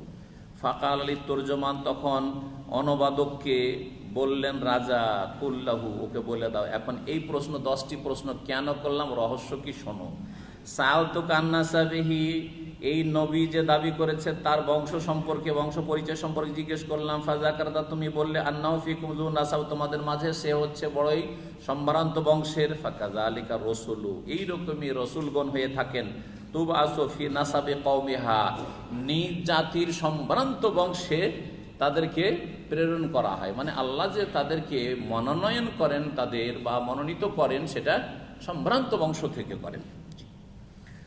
ওয়াসাল তোকা, তোমাকে জিজ্ঞেস করেছি, হালকাল আহাদুম মিনকুম হাযাল কওল, তোমাদের মধ্যে এই দাবি কি আর কেউ করেছে ইতিপূর্বে? ফাযাকারতা, তুমি বললে আল্লাহ, না আর কেউ তো আরবের মধ্যে কেউ নবী দাবি করেনি। ফাকুল, তো আমি বলি, লাউ কানা আহাদুন কালা হাযাল কওল ক্বাবলাহু, মুহাম্মাদের আগে কেউ যদি, সাল্লাল্লাহু আলাইহি ওয়াসাল্লাম, কেউ যদি এই দাবি করত, তাহলে আমি বলতাম যে রাজুলুন ইয়াতাআসসা বিকাউলিন কিলা ক্বাবলাহু, তাহলে বলতাম যে হ্যাঁ, সে ওই লোকের কি করেছে, অনুকরণ করেছে, যে আগে একজন নবী দাবি করেছিল, আমি একটু হিরো হওয়ার জন্য নবী দাবি করি, তো তার তো এরকম কেউ নেই। সাল তো তোমাকে জিজ্ঞেস করেছিলাম, হালকানা মিন আবাইহিম মালিক, তার পূর্ব মোহাম্মদ সাল্লাল্লাহু আলাইহি ওয়াসাল্লামের পূর্বপুরুষদের মধ্যে কেউ কি রাজা বাদশাহ ছিল? ফাজাকারা, তুমি বলেন না, না কোনো রাজা বাদশাহ ছিল না। কুলতু, আমি এর জবাবে বলি রহস্য, ফালাউ কানা মিন আবাইহিম মালিক, তার পূর্বপুরুষদের মধ্যে কেউ যদি রাজা থাকতো, তো আমি বলতাম যে হ্যাঁ, তার স্বার্থ আছে। এটা কি?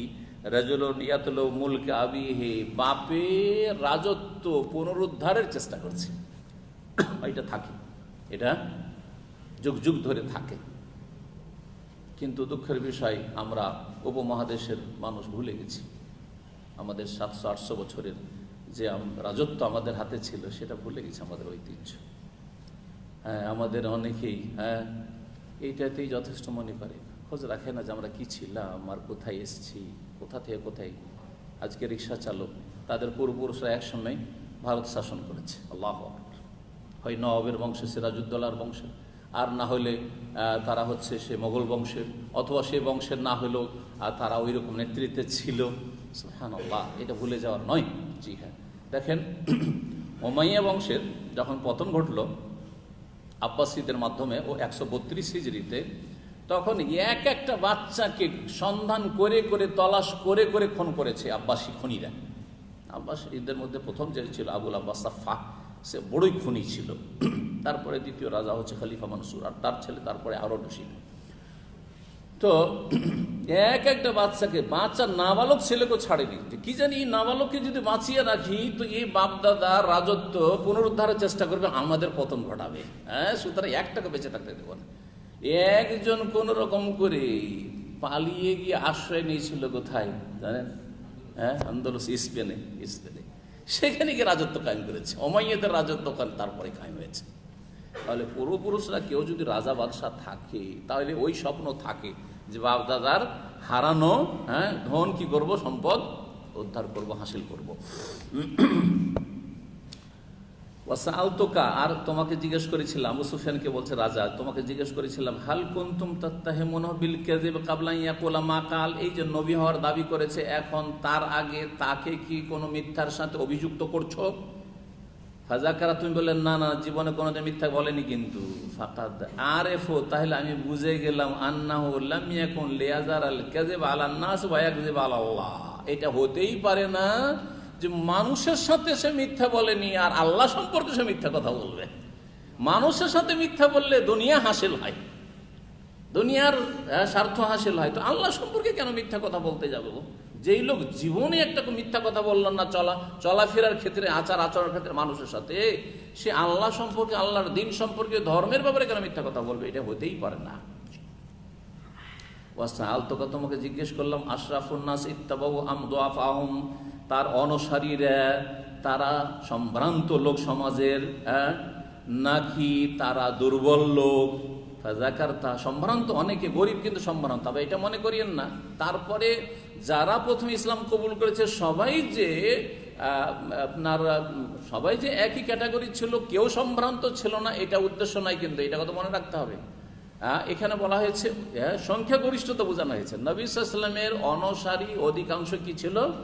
দুর্বল, অসহায়, গরিব, দাস, এরা ছিল, যাদের সামাজিক কোন রকমের ওই রকমের প্রভাব, মর্যাদা এরকম কিছু ছিল না। তবে ব্যতিক্রম ছিল দুই একজন, যেমন আবু বকর সিদ্দিক রাদিয়াল্লাহু তাআলা আনহু, সম্ভ্রান্ত বংশের এবং বড় সম্ভ্রান্ত মানুষ, শ্রদ্ধাভাজন মানুষ মক্কার লোকদের কাছে। ওসমান রাদিয়াল্লাহু তাআলা আনহু বড় ধনাঢ্য ব্যক্তি মক্কার, জি, এক দুইজন, বাকি সবাই একেবারে গরিব, অভাবী। বেলাল, আম্মার, সোহাইব, সুমাইয়া, এই ধরনের, জি। বলছেন তারপরে যে আমি যে জিজ্ঞাসা করলাম যে তার অনুসারীরা শক্তিশালী না দুর্বল, সম্ভ্রান্ত না দুর্বল মানুষ, তুমি কি বললে? যে ওরা হচ্ছে সব দুর্বল। তো শোনো, ওয়াহুম আতবাউ রাসূল, যারা রসুলের যুগে যুগে প্রথম অনুসরণ করেছে তারা দুর্বলই হয়েছে।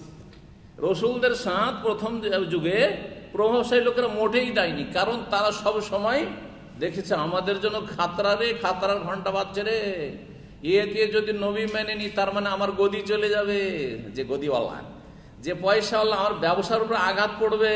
জি, মক্কার লোকেরা কেন ইসলাম গ্রহণ করেনি? মোহাম্মদ, তোমার যদি এসব কথাই শুনি তাহলে ইয়ামান দেশে আমাদের ব্যবসা, আমাদের ব্যবসা শাম দেশে, সবাই হচ্ছে অন্য ধর্মের, তাহলে আমাদেরকে যদি এক ঘরে করে দেয় তাহলে আমরা তো এমনি গরিব না খেয়ে মরছি, তো একবারে না খেয়ে মরবো। কথা বোঝা গেছে? আল্লাহ রাব্বুল এই মর্মে বেশ কিছু আয়াত রয়েছে যে ভয় করিও না, মানুষকে ভয় করিও না। দেখেন আল্লাহ কিভাবে তাদের রুজির ব্যবস্থা করলেন, চারিদিক থেকে রুজি আসা শুরু হলো, বিভিন্নভাবে রুজি আসা শুরু হলো। সুবহানাল্লাহ। আমাদের হজ দিয়ে যথেষ্ট ইনকাম হচ্ছে, আর তুমি এসব বললে সব হজে আসছে, তো ওরাই তো তার মুশরিকরা আসছিল, তাহলে এরা তো হজে আসা বন্ধ করে দিবে, তখন কি করে খাবো? কি করে খাবো? এই ছিল তাদের চিন্তা। বলছেন তারপরে যে তোমাকে জিজ্ঞেস করছিলাম যে ওয়াসাআলতুকা আয়াজিদুন আম ইয়ানকুসুন, তার অনুসারীদের সংখ্যা বাড়ছে না কমছে? এটা থেকে কি করে বুঝলেন যে তিনি হক নবী? যাকারা, তুমি বললে যে আন্নাহুম ইয়াজিদুন, সংখ্যা বাড়তেই আছে। ওয়া কাযালিক আমরুল ঈমান, ঈমান ইসলামের বিষয়টা ঠিক ওই রকমই, হাত্তা ইয়াতিম্মা, এমন কি পূর্ণতা লাভ করে, ধীরে ধীরে বাড়তে থাকবে, আর একসময় কি হবে? পূর্ণতা লাভ করবে। ইউরিদুনা লিইউতফিউ নূরাল্লাহি বিআফওয়াহিহিম ওয়াল্লাহু মুতিম্মু নূরিহি, তার আলোকে আল্লাহ পূর্ণতা দান করবেন, আস্তে আস্তে আস্তে আস্তে একবারে বিশাল, জি, উজ্জ্বল হয়ে উঠবে সেই নূর। আল্লাহু আকবার। বলছেন তারপরে যে ওয়াসাআলতুকা, তোমাকে আরেকটি প্রশ্ন করেছিলাম, আয়ারতাদ্দু আহাদুন সাখতাতান লিদীনিহি বা'দা আন ইয়াদখুলা ফীহি, কেউ ইসলামে প্রবেশ করার পরে অসন্তুষ্ট হয়ে মুরতাদ হচ্ছে, ইসলাম বিমুখ হচ্ছে, তুমি বলে যে না, কেউ ইসলাম থেকে ফিরে না। ওয়া কাযালিকাল ঈমান, এইরকমই ঈমানের বিষয়টি, হিনা ইউখালিতু বাশাশাতাল কুলুব, যখন ঈমান অন্তরের মধ্যে অন্তরের আনন্দে প্রবেশ করে, অন্তরের মধ্যে প্রবেশ যখন করে তখন এমনভাবে প্রবেশ করে যে অন্তর আনন্দিত হয় ইসলাম কবুল করে। সহি জিনিস পাওয়ার পরে যতই জুলম বরদাস্ত করতে হোক না কেন, যতই কষ্ট হোক না কেন, তারপরে মজা লাগে। ইমানের একটা স্বাদ আছে, ইমানের স্বাদ আছে। যারা শিরকের পরে তৌহিদে এসেছেন, যারা বেদাতের পরে সুন্নতে এসেছেন, ভালো করে বুঝতে পারছেন যে কি স্বাদটা। অথচ আপনি কোন ঠাসা সমাজে, আপনাকে অনেক গাল খেতে হচ্ছে, কিন্তু মজা লাগছে। এই গাল খাওয়াতে একটা স্বাদ আছে। হ্যাঁ, আল্লাহু আকবার। এটা হচ্ছে ইমানের স্বাদ। একে অন্য হাদিসে বলা হয়েছে তামুল ইমান, যাকা তামাল ইমান। ইমানের স্বাদ ওই ব্যক্তি পাবে মান রাদিয়া বিল্লাহি রাব্বান ওয়া বিল ইসলামি দীনান ওয়া মুহাম্মাদ সাল্লাল্লাহু আলাইহি ওয়াসাল্লাম নবিয়্যান। তারপরে বলছেন যে তোমাকে জিজ্ঞেস করলাম যে হাল ইয়াকদিরু, মুহাম্মদ কি কোনোদিন গাদ্দারি করেছে, বিশ্বাসঘাতকতা করেছে? ফাযাকার, তো তুমি বললেন না না কোনোদিন গাদ্দারি করেন। ওয়া কাযাকা রাসূল লা তাকদির, রাসূলরা কোনোদিন গাদ্দারি করে না। নবী রাসূল কোনোদিনই গাদ্দারি করবেন না, যা করবে সামনাসামনি, যা করবে সামনাসামনি। এই জন্য ইসলাম এটা শিখায়নি যে আত্মঘাতী হামলা করে দাও, একেবারে শিখায়নি। যদি কোথাও দুশ্মনকে দমন করতে হয় তাহলে বীর পুরুষের মতো, কাপুরুষের মতো না, যে একটা রাস্তা দিয়ে যাচ্ছে আর সে জানছেও না যে কি হচ্ছে, আর হঠাৎ করে ওকে মেরে দিলেন। না না না, যাইজ নয়, এটা মোটেই না। জি হ্যাঁ, এটা তরিকা নয়। জি হ্যাঁ। তারপরে বলছেন তোমাকে জিজ্ঞেস করেছিল বিমা ইয়ামুরুকুম, আচ্ছা মুহাম্মদ তোমাদেরকে কি উপদেশ দিচ্ছে বা নির্দেশ দিচ্ছে? ফাযাকার, তুমি বললে আন্নাহু ইয়ামুরুকা আন তা'বুদুল্লাহ ওয়া লা তুশরিকু বিহি শাইআ, আল্লাহর ইবাদত করবে এক আল্লাহর এবং তার সাথে কোনো কিছুকে শরীক করবে না। তোমাদেরকে নিষেধ করছেন আন ইবাদাতিল আওসান, মূর্তি পূজা করতে। ওয়া ইয়ামুরুকুম বিস সালাতে, তোমাদেরকে সালাত আদায় করতে বলছেন। ওয়া সিদক, সত্য কথা বলতে বলছেন। ওয়াল আফাফ, আর সচ্চরিত্রবান হতে বলছেন। ফাইন কানা মা তাকুলু হাক্কান, যা তুমি বললে তা যদি সত্য হয়, তুমি যে 10টি প্রশ্ন উত্তর দিলে তা যদি কি হয়, সত্য হয়। ফাসায়ামলিকু মাওদিয়া কাদমাইয়া হাতাইনি, রাজার মন্তব্যটা শুনেন, রাজার বক্তব্যটা শুনে সুবহানাল্লাহ। যারা রাজত্ব করে তারা সত্যি অনেক জ্ঞানীও হয়, না হলে এমনি রাজত্ব টিকিয়ে রাখা অত সহজ নয়। যদিও সেটা দুনিয়াবি একটা ক্ষমতা, সবাই একরকম না হইলেও। দেখেন কি বলছে, সে বলছে তুমি যা রিপোর্ট বললে তা যদি সত্য হয়, ফাসায়ামলিকু মাওদিয়া কাদমাইয়া হাতাইনি, তাহলে শীঘ্রই আমার পায়ের তলার মালিক হয়ে যাবে। আমার পায়ের তলায় যে মাটি আছে, এই মাটির কি হয়ে যাবে, অধিপতি হয়ে যাবে, মালিক হয়ে যাবে। মানে এই দেশ তার নেতৃত্বে চলে আসবে। আল্লাহু আকবার, সুপার পাওয়ার। মানুষ কল্পনা করতে পারে না যে যেই লোক এখনো একবার খেলে আরেকবার না খেয়ে থাকে, কখনো পেট পুড়ে খাওয়ার সুযোগ হয় না, আর যার খাদ্য হচ্ছে খেজুর আর পানি, খেজুর পানি ছাড়া খেজুর পানিটাও পুরো জুটে না ঠিকভাবে, সুবহানাল্লাহ। যিনি অধিকাংশ সময় না খেয়ে থাকেন, আসবাও ইয়ামান ওয়াজু ইয়ামান, একদিন খেয়ে আল্লাহর শুকরিয়া আদায় করবো, আর একদিন অনাহারে থাকবো, ধৈর্য ধারণ করব এবং গরিবের ব্যথা দরদটা বুঝবো। এই ছিল নবী করিম সাল্লাল্লাহু আলাইহি সাল্লামের সারা জীবনটা। তাকে তার সম্পর্কে এই মন্তব্য যেমন তেমন কথা নয়, যে কথাগুলি যদি সত্য হয় তাহলে শীঘ্রই, দেরি নয়, সিন বলা হয়েছে, শীঘ্রই তিনি আমার পায়ের নিচের মাটির মালিক হয়ে যাবেন। ওয়াকাদ কুনতু আলাম, তবে আমি জানতাম বা মনে করতাম, আন্নাহু, আমি জানতাম ভালো করে, আন্নাহু খারিজুন, যে শেষ নবী আসবে। কারণ সে রাজা, খ্রিস্টানদের রাজা, ধর্মগ্রন্থ সম্পর্কে যথেষ্ট তার জ্ঞান ছিল, এবং তার সহপাঠী যারা লেখাপড়া করেছে, বড় বড় তারা ছিল, ধর্মগুরু ছিল তারা, তাদের বড় লর্ড পাদ্রী ছিল। সামনে আসবে হাদিসটাই বলছে, আমি জানি যে সে বেরোবে, মানে শেষ নবী আসবে। লাম আকুন আযুন্নু আন্নাহু মিনকুম, কিন্তু আমার ধারণা ছিল না যে তোমাদের মধ্য থেকে, আরবদের মধ্য থেকে আসবে, মক্কায় আসবে। বরং আমার ধারণা যে হয়তো আমাদের বনি ইসরাইল বংশ থেকে আসবে, আর সেটা সামদেশে আসবে। শেষ নবীও যেমন মুসা ঈসা এসছেন, দাউদ সুলাইমান এসছেন, ওই রকমই সামদেশেই হয়তো তিনি আসবেন।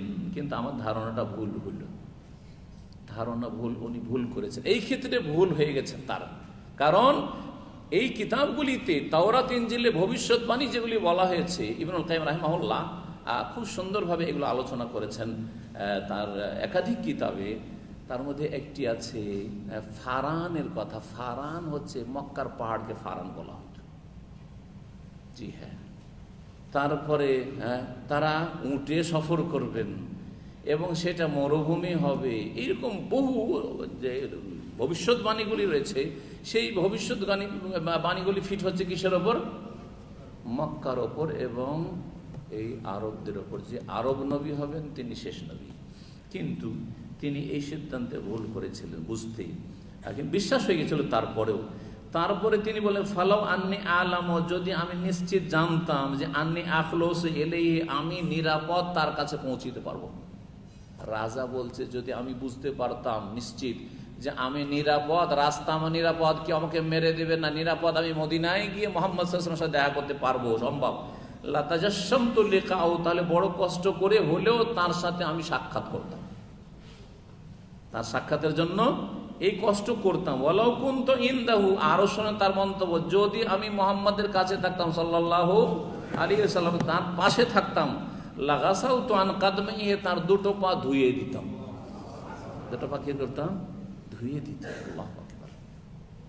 সুম্মা দাআ বিকিতাবি রাসূলিল্লাহ সাল্লাল্লাহু আলাইহি ওয়াসাল্লাম, তারপর রাসূলুল্লাহ সাল্লাল্লাহু আলাইহি ওয়াসাল্লামের চিঠি নিয়ে ডাকলেন, যে চিঠিটা পৌঁছেছে তার কাছে। আল্লাযী বাআসা বিহি দাহিয়াতু ইলা আজিম বুসরা, যেই চিঠিটি পৌঁছিয়েছিলেন দাহিয়া আল কালবি, বুসরা একটি শহর শাম দেশের, সেই শহরের প্রধানের কাছে। যেমন একটা দেশে অনেক স্টেট থাকে, যেমন ভারতের উদাহরণ দিলে বেশি বুঝতে পারেন, ভারতে 25টা স্টেট আছে, গোটা দেশের একটা হচ্ছে সেন্ট্রাল গভর্নমেন্ট, তাই না? তো সেন্ট্রাল গভর্নমেন্টের যে প্রধান হবে সে হচ্ছে প্রধানমন্ত্রী, হ্যাঁ, সে হচ্ছে কি প্রাইম মিনিস্টার, প্রধানমন্ত্রী, হ্যাঁ। আর প্রত্যেক স্টেটের একজন প্রধান আছে, তার নাম হচ্ছে মুখ্যমন্ত্রী, তার নাম হচ্ছে কি চিফ মিনিস্টার, চিফ মিনিস্টার। তো এই আজিমে বুসরা হচ্ছে চিফ মিনিস্টার, ধরেন একটা স্টেটের একটা এলাকার সেই গভর্নর বলেন, অথবা তাকে আপনি চিফ মিনিস্টার বলেন, যাই বলেন।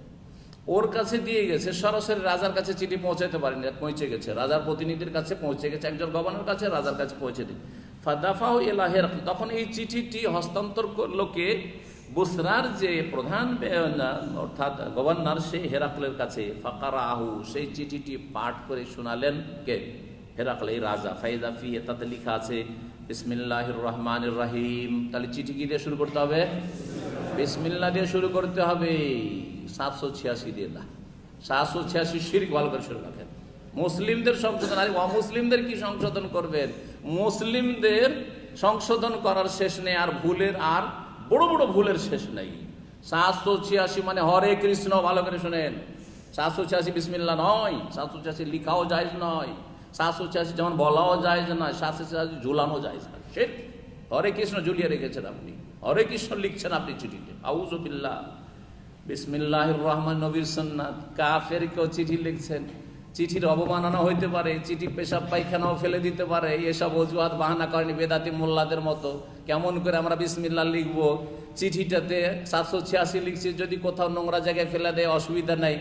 এই যুক্তিরা নবী বুঝতেন না সাল্লাল্লাহু আলাইহি ওয়াসাল্লাম, বুঝতেন না যে কাফের কাছে চিঠি লিখছি, তারপরে বিসমিল্লাহির রহমান, আল্লাহ রহমান রাহিম, তিনটা আল্লাহর নাম। বিসমে অসুবিধা ছিল না, কারণ বিসমে আরবি শব্দ, আরবি শব্দ দিয়ে গান বাজনা হইতে পারে, তাই না? আরবি শব্দ দিয়ে অশ্লীল কথা হইতে পারে, অত অসুবিধা ছিল না। কিন্তু আল্লাহর নাম এটা আছে, তারপরে অমুসলিমদের হাতে তুলে দেওয়া হচ্ছে। তাহলে বোঝা যাচ্ছে যে বৃহৎ স্বার্থের জন্য আল্লাহর কথা, রসুলের কথা, দিনের কথা যাতে আছে, সেগুলি অমুসলিমদের হাতে তুলে দেওয়া যেতে পারে বৃহৎ স্বার্থের জন্য। জি হ্যাঁ, যদি দেখা যায় যে কোনো একজন অমুসলিম ইসলাম গ্রহণ করবে, ওকে যদি কোরআনের অনুবাদ দিই, তো অনুবাদ সহ কোরআন দেন, আরবিও থাকা অসুবিধা নেই তাতে।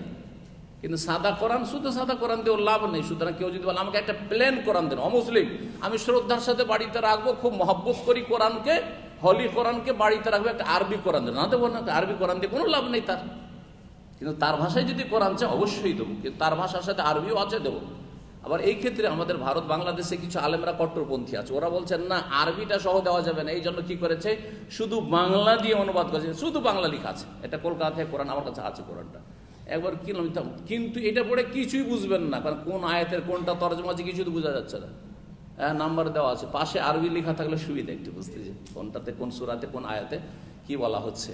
এটা দিয়ে কোনো লাভ নাই। এই ধারণা, ভুল ধারণা আমাদের এক শ্রেণী আলেম সমাজদের, যে অমুসলিমদেরকে দিলে শুধু বাংলা লিখে দিতে হবে, শুধু হিন্দি লিখে দিতে হবে, আর আরবিটা লেখা চলবে না। কাফেরদের হাতে তো নবী কি করে দিলেন সাল্লাল্লাহু আলাইহি ওয়াসাল্লাম, আয়াতও আছে, শুধু বিসমিল্লাহ না। বিসমিল্লাহ একটি আয়াত, বিসমিল্লাহ সূরা নামলের একটি আয়াত, ইন্নাহু মিন সুলাইমান ওয়া ইন্নাহু বিসমিল্লাহির রহমানির রহিম। আর বিসমিল্লাহ এমনিও কোরআনে কারীমের একটি আয়াত। তো বিসমিল্লাহ লিখলেন, তারপরে কি লিখলেন? আরেকটা কথা বলিনি, আমাদের সেই ছোটকালে চিঠি লিখতে শিখাতো আমাদেরকে, তো এলাহি ভরসা, কি লেগে তো এলাহি ভরসা, সুন্নত না বেদাত? এটা শিরক হলো না বেদাত হলো? আর 786 কি শিরক? তো আমাদের কাছে চিঠিতে হয় শিরক না হয় বেদাত। জি, এগুলো সংশোধন করলে ও এর কাজ নাই শুধু ভুল ধরা। আরে ভাই, ভুল ধরে শিরক থেকে বাঁচালাম, জাহান্নাম থেকে বাঁচালাম, ভুল ধরে আপনাকে বেদাত থেকে বাঁচালাম, জাহান্নাম থেকে বাঁচালাম, জান্নাতের রাস্তায় লাগিয়ে দিলাম, তো আপনি তো হিতাকাঙ্ক্ষী, আপনার তো দোয়া দেওয়া উচিত, তো আপনি রাখছেন কেন? তো এত কষ্ট কেন? সংশোধন করতে চান না? ও জাহান্নামই যাবেন আপনি? অবুঝ, এত অবুঝ হইলে হয়?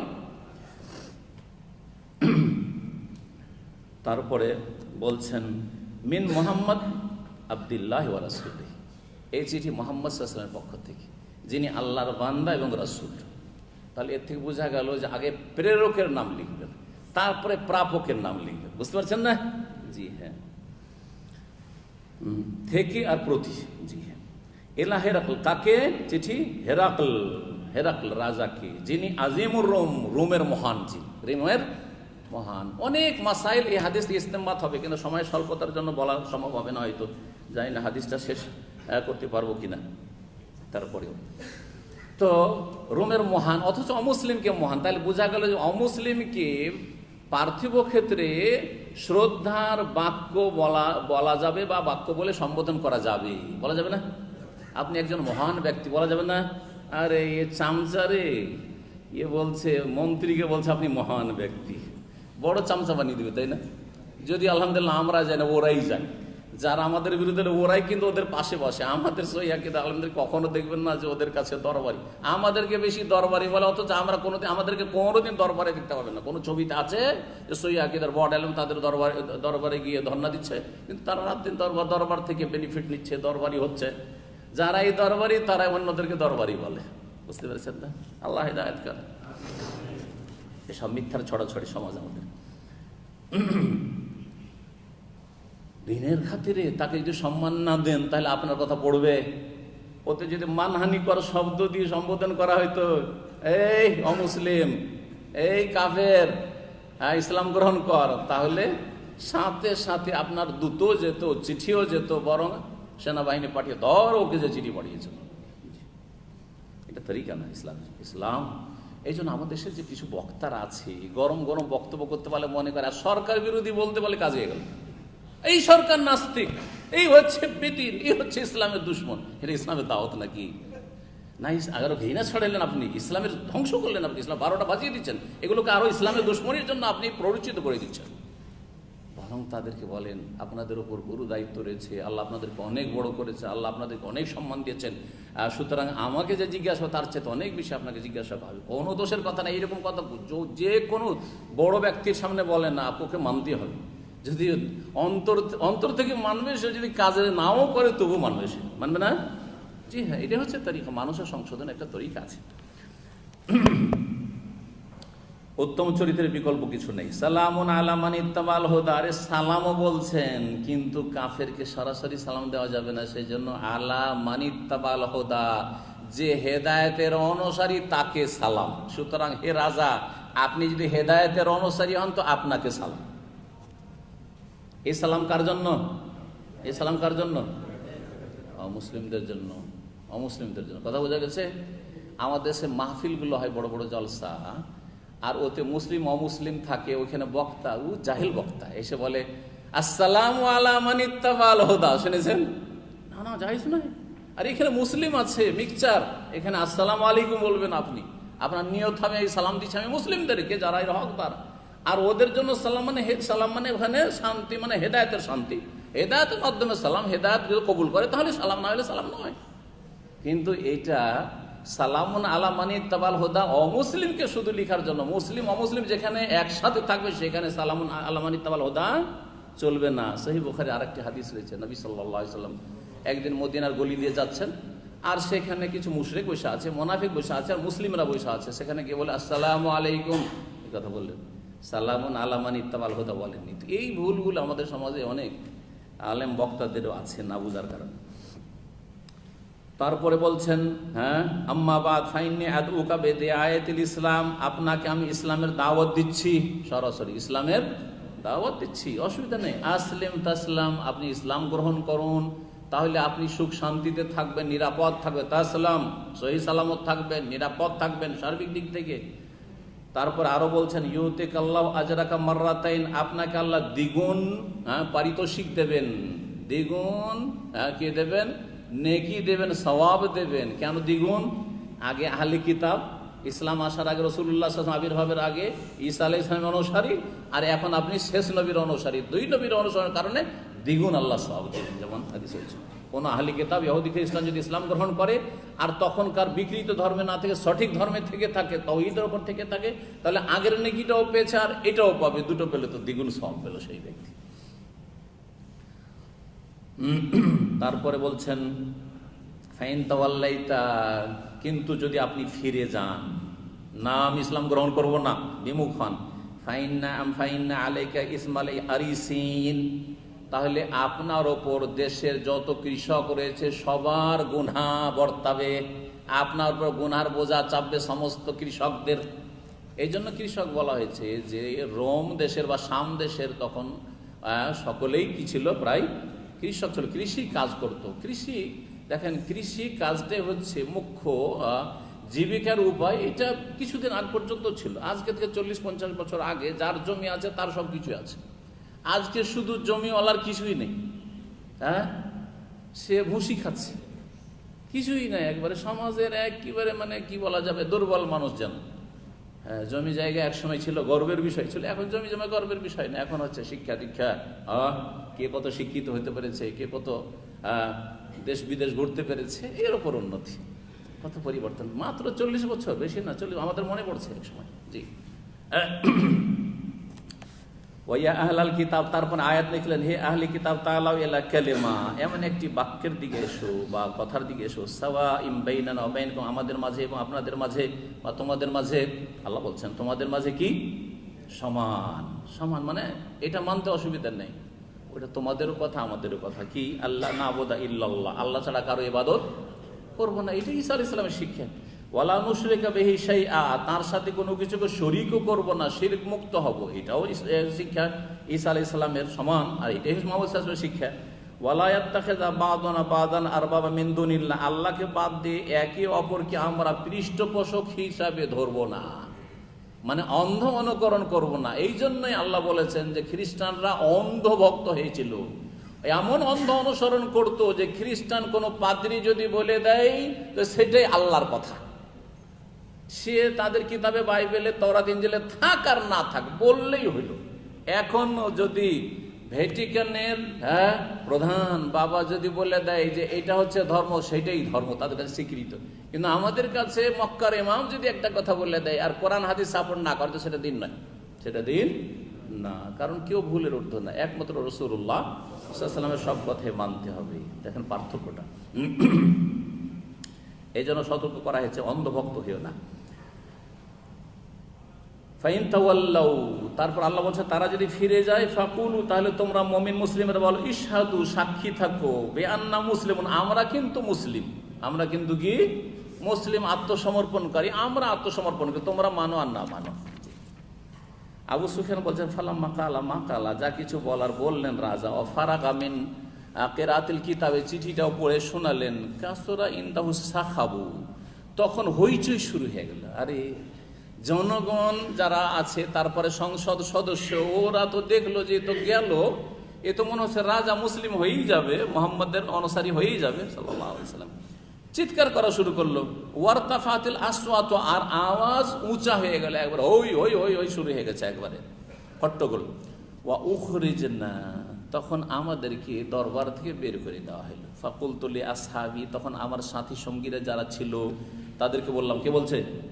আবু সুফিয়ান বলছে, আমার সঙ্গীদেরকে বললাম, হিনা উখরিজনা, যখন আমাদেরকে ওখান থেকে বের করে দেওয়া হইল, আর রাজার মন্তব্যটা পজিটিভ দেখলাম মুহাম্মদ সাল্লাল্লাহু আলাইহি ওয়াসাল্লাম সম্পর্কে, তখন বলছে লাকাত আমেরা আমরু ইবনে আবি কাবসা, আবু কাবসার বিষয়টি তো বড় মহা আকার ধারণ করেছে গো, আবু কাবসার বিষয়টি তো বড় আকার ধারণ করেছে, তো বিশাল ব্যাপার স্যাপার হয়ে গেছে। আবু কাবসার ছেলে, আবু কাবসার ছেলে আছে ইবনে আবি কাবসা, আবু কাবসার ছেলের বিষয়টি বড় আকার ধারণ করেছে, মানে ব্যাপারটা তো অনেক বড় হয়ে গেছে, এ তো আর ছোটখাটো ব্যাপার না। মুহাম্মদ সাল্লাল্লাহু আলাইহি ওয়াসাল্লাম কোথায় ওইখানে আমরা শত্রুতা করছি, আর এইখানে এই রাজা তার প্রশংসা করছে, সমর্থন করছে, বরং ভয় পাচ্ছে যে এই কিছুদিনের মধ্যে আমার পায়ের তলার মালিক হয়ে যাবে। তো যেমন তেমন কথা নয় ব্যাপারটা। মুহাম্মদ সাল্লাল্লাহু আলাইহি ওয়াসাল্লামকে আবু কাবসার ছেলে কেন বলল? কে বলল? আবু সুফিয়ান। তখন কিন্তু কুফরির অবস্থায়। দেখেন, যার ঘৃণা থাকে সে ভালো নামে ডাকতে রাজি না। আমাদেরকে খারাপ নামে ডাকছে না? হ্যাঁ, ডাকছে না? মজা লাগছে। এটা আবু সুফিয়ানের ওই কুফরির হালাতের চরিত্র। এটা কিন্তু কথা বুঝতে পেরেছেন? এইটাই হচ্ছে চরিত্র। যাকে দেখতে নারী তার চলন বাঁকাও, ভালো কথা ভালো লাগে না, ওর নামটাও ভালো করে বলতে রাজি না, ও আর কিছু বলবে, এমন কিছু বলবে যাতে মনে করে আমি জিতে নিয়েছি। আরে এটা জিতা নয় রে ভাই, কোরআন হাদিসের দলিল দিয়ে জিতো, কোরআন হাদিসের দলিল দিয়ে জিতো পারলে। কি বলছিলাম? আবু কাবসার ছেলে বললো কাকে? মোহাম্মদকে। আবু কাবসার সন্তান।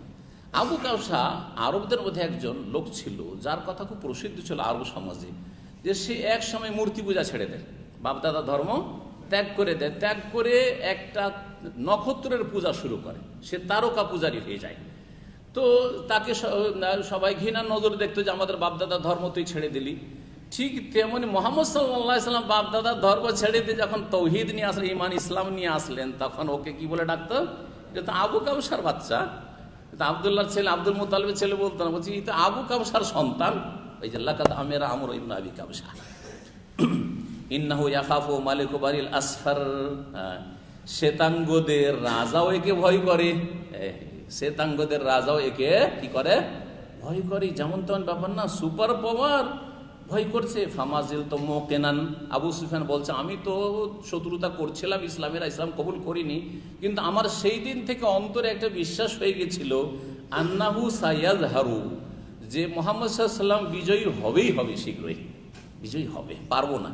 হাত্তা আদখালাল্লাহু আলাইয়াল ইসলাম, এমন এক সময় আসলো যে আল্লাহ আমার অন্তরে ইসলামকে ঢুকিয়ে দিলেন। জি, পরে জি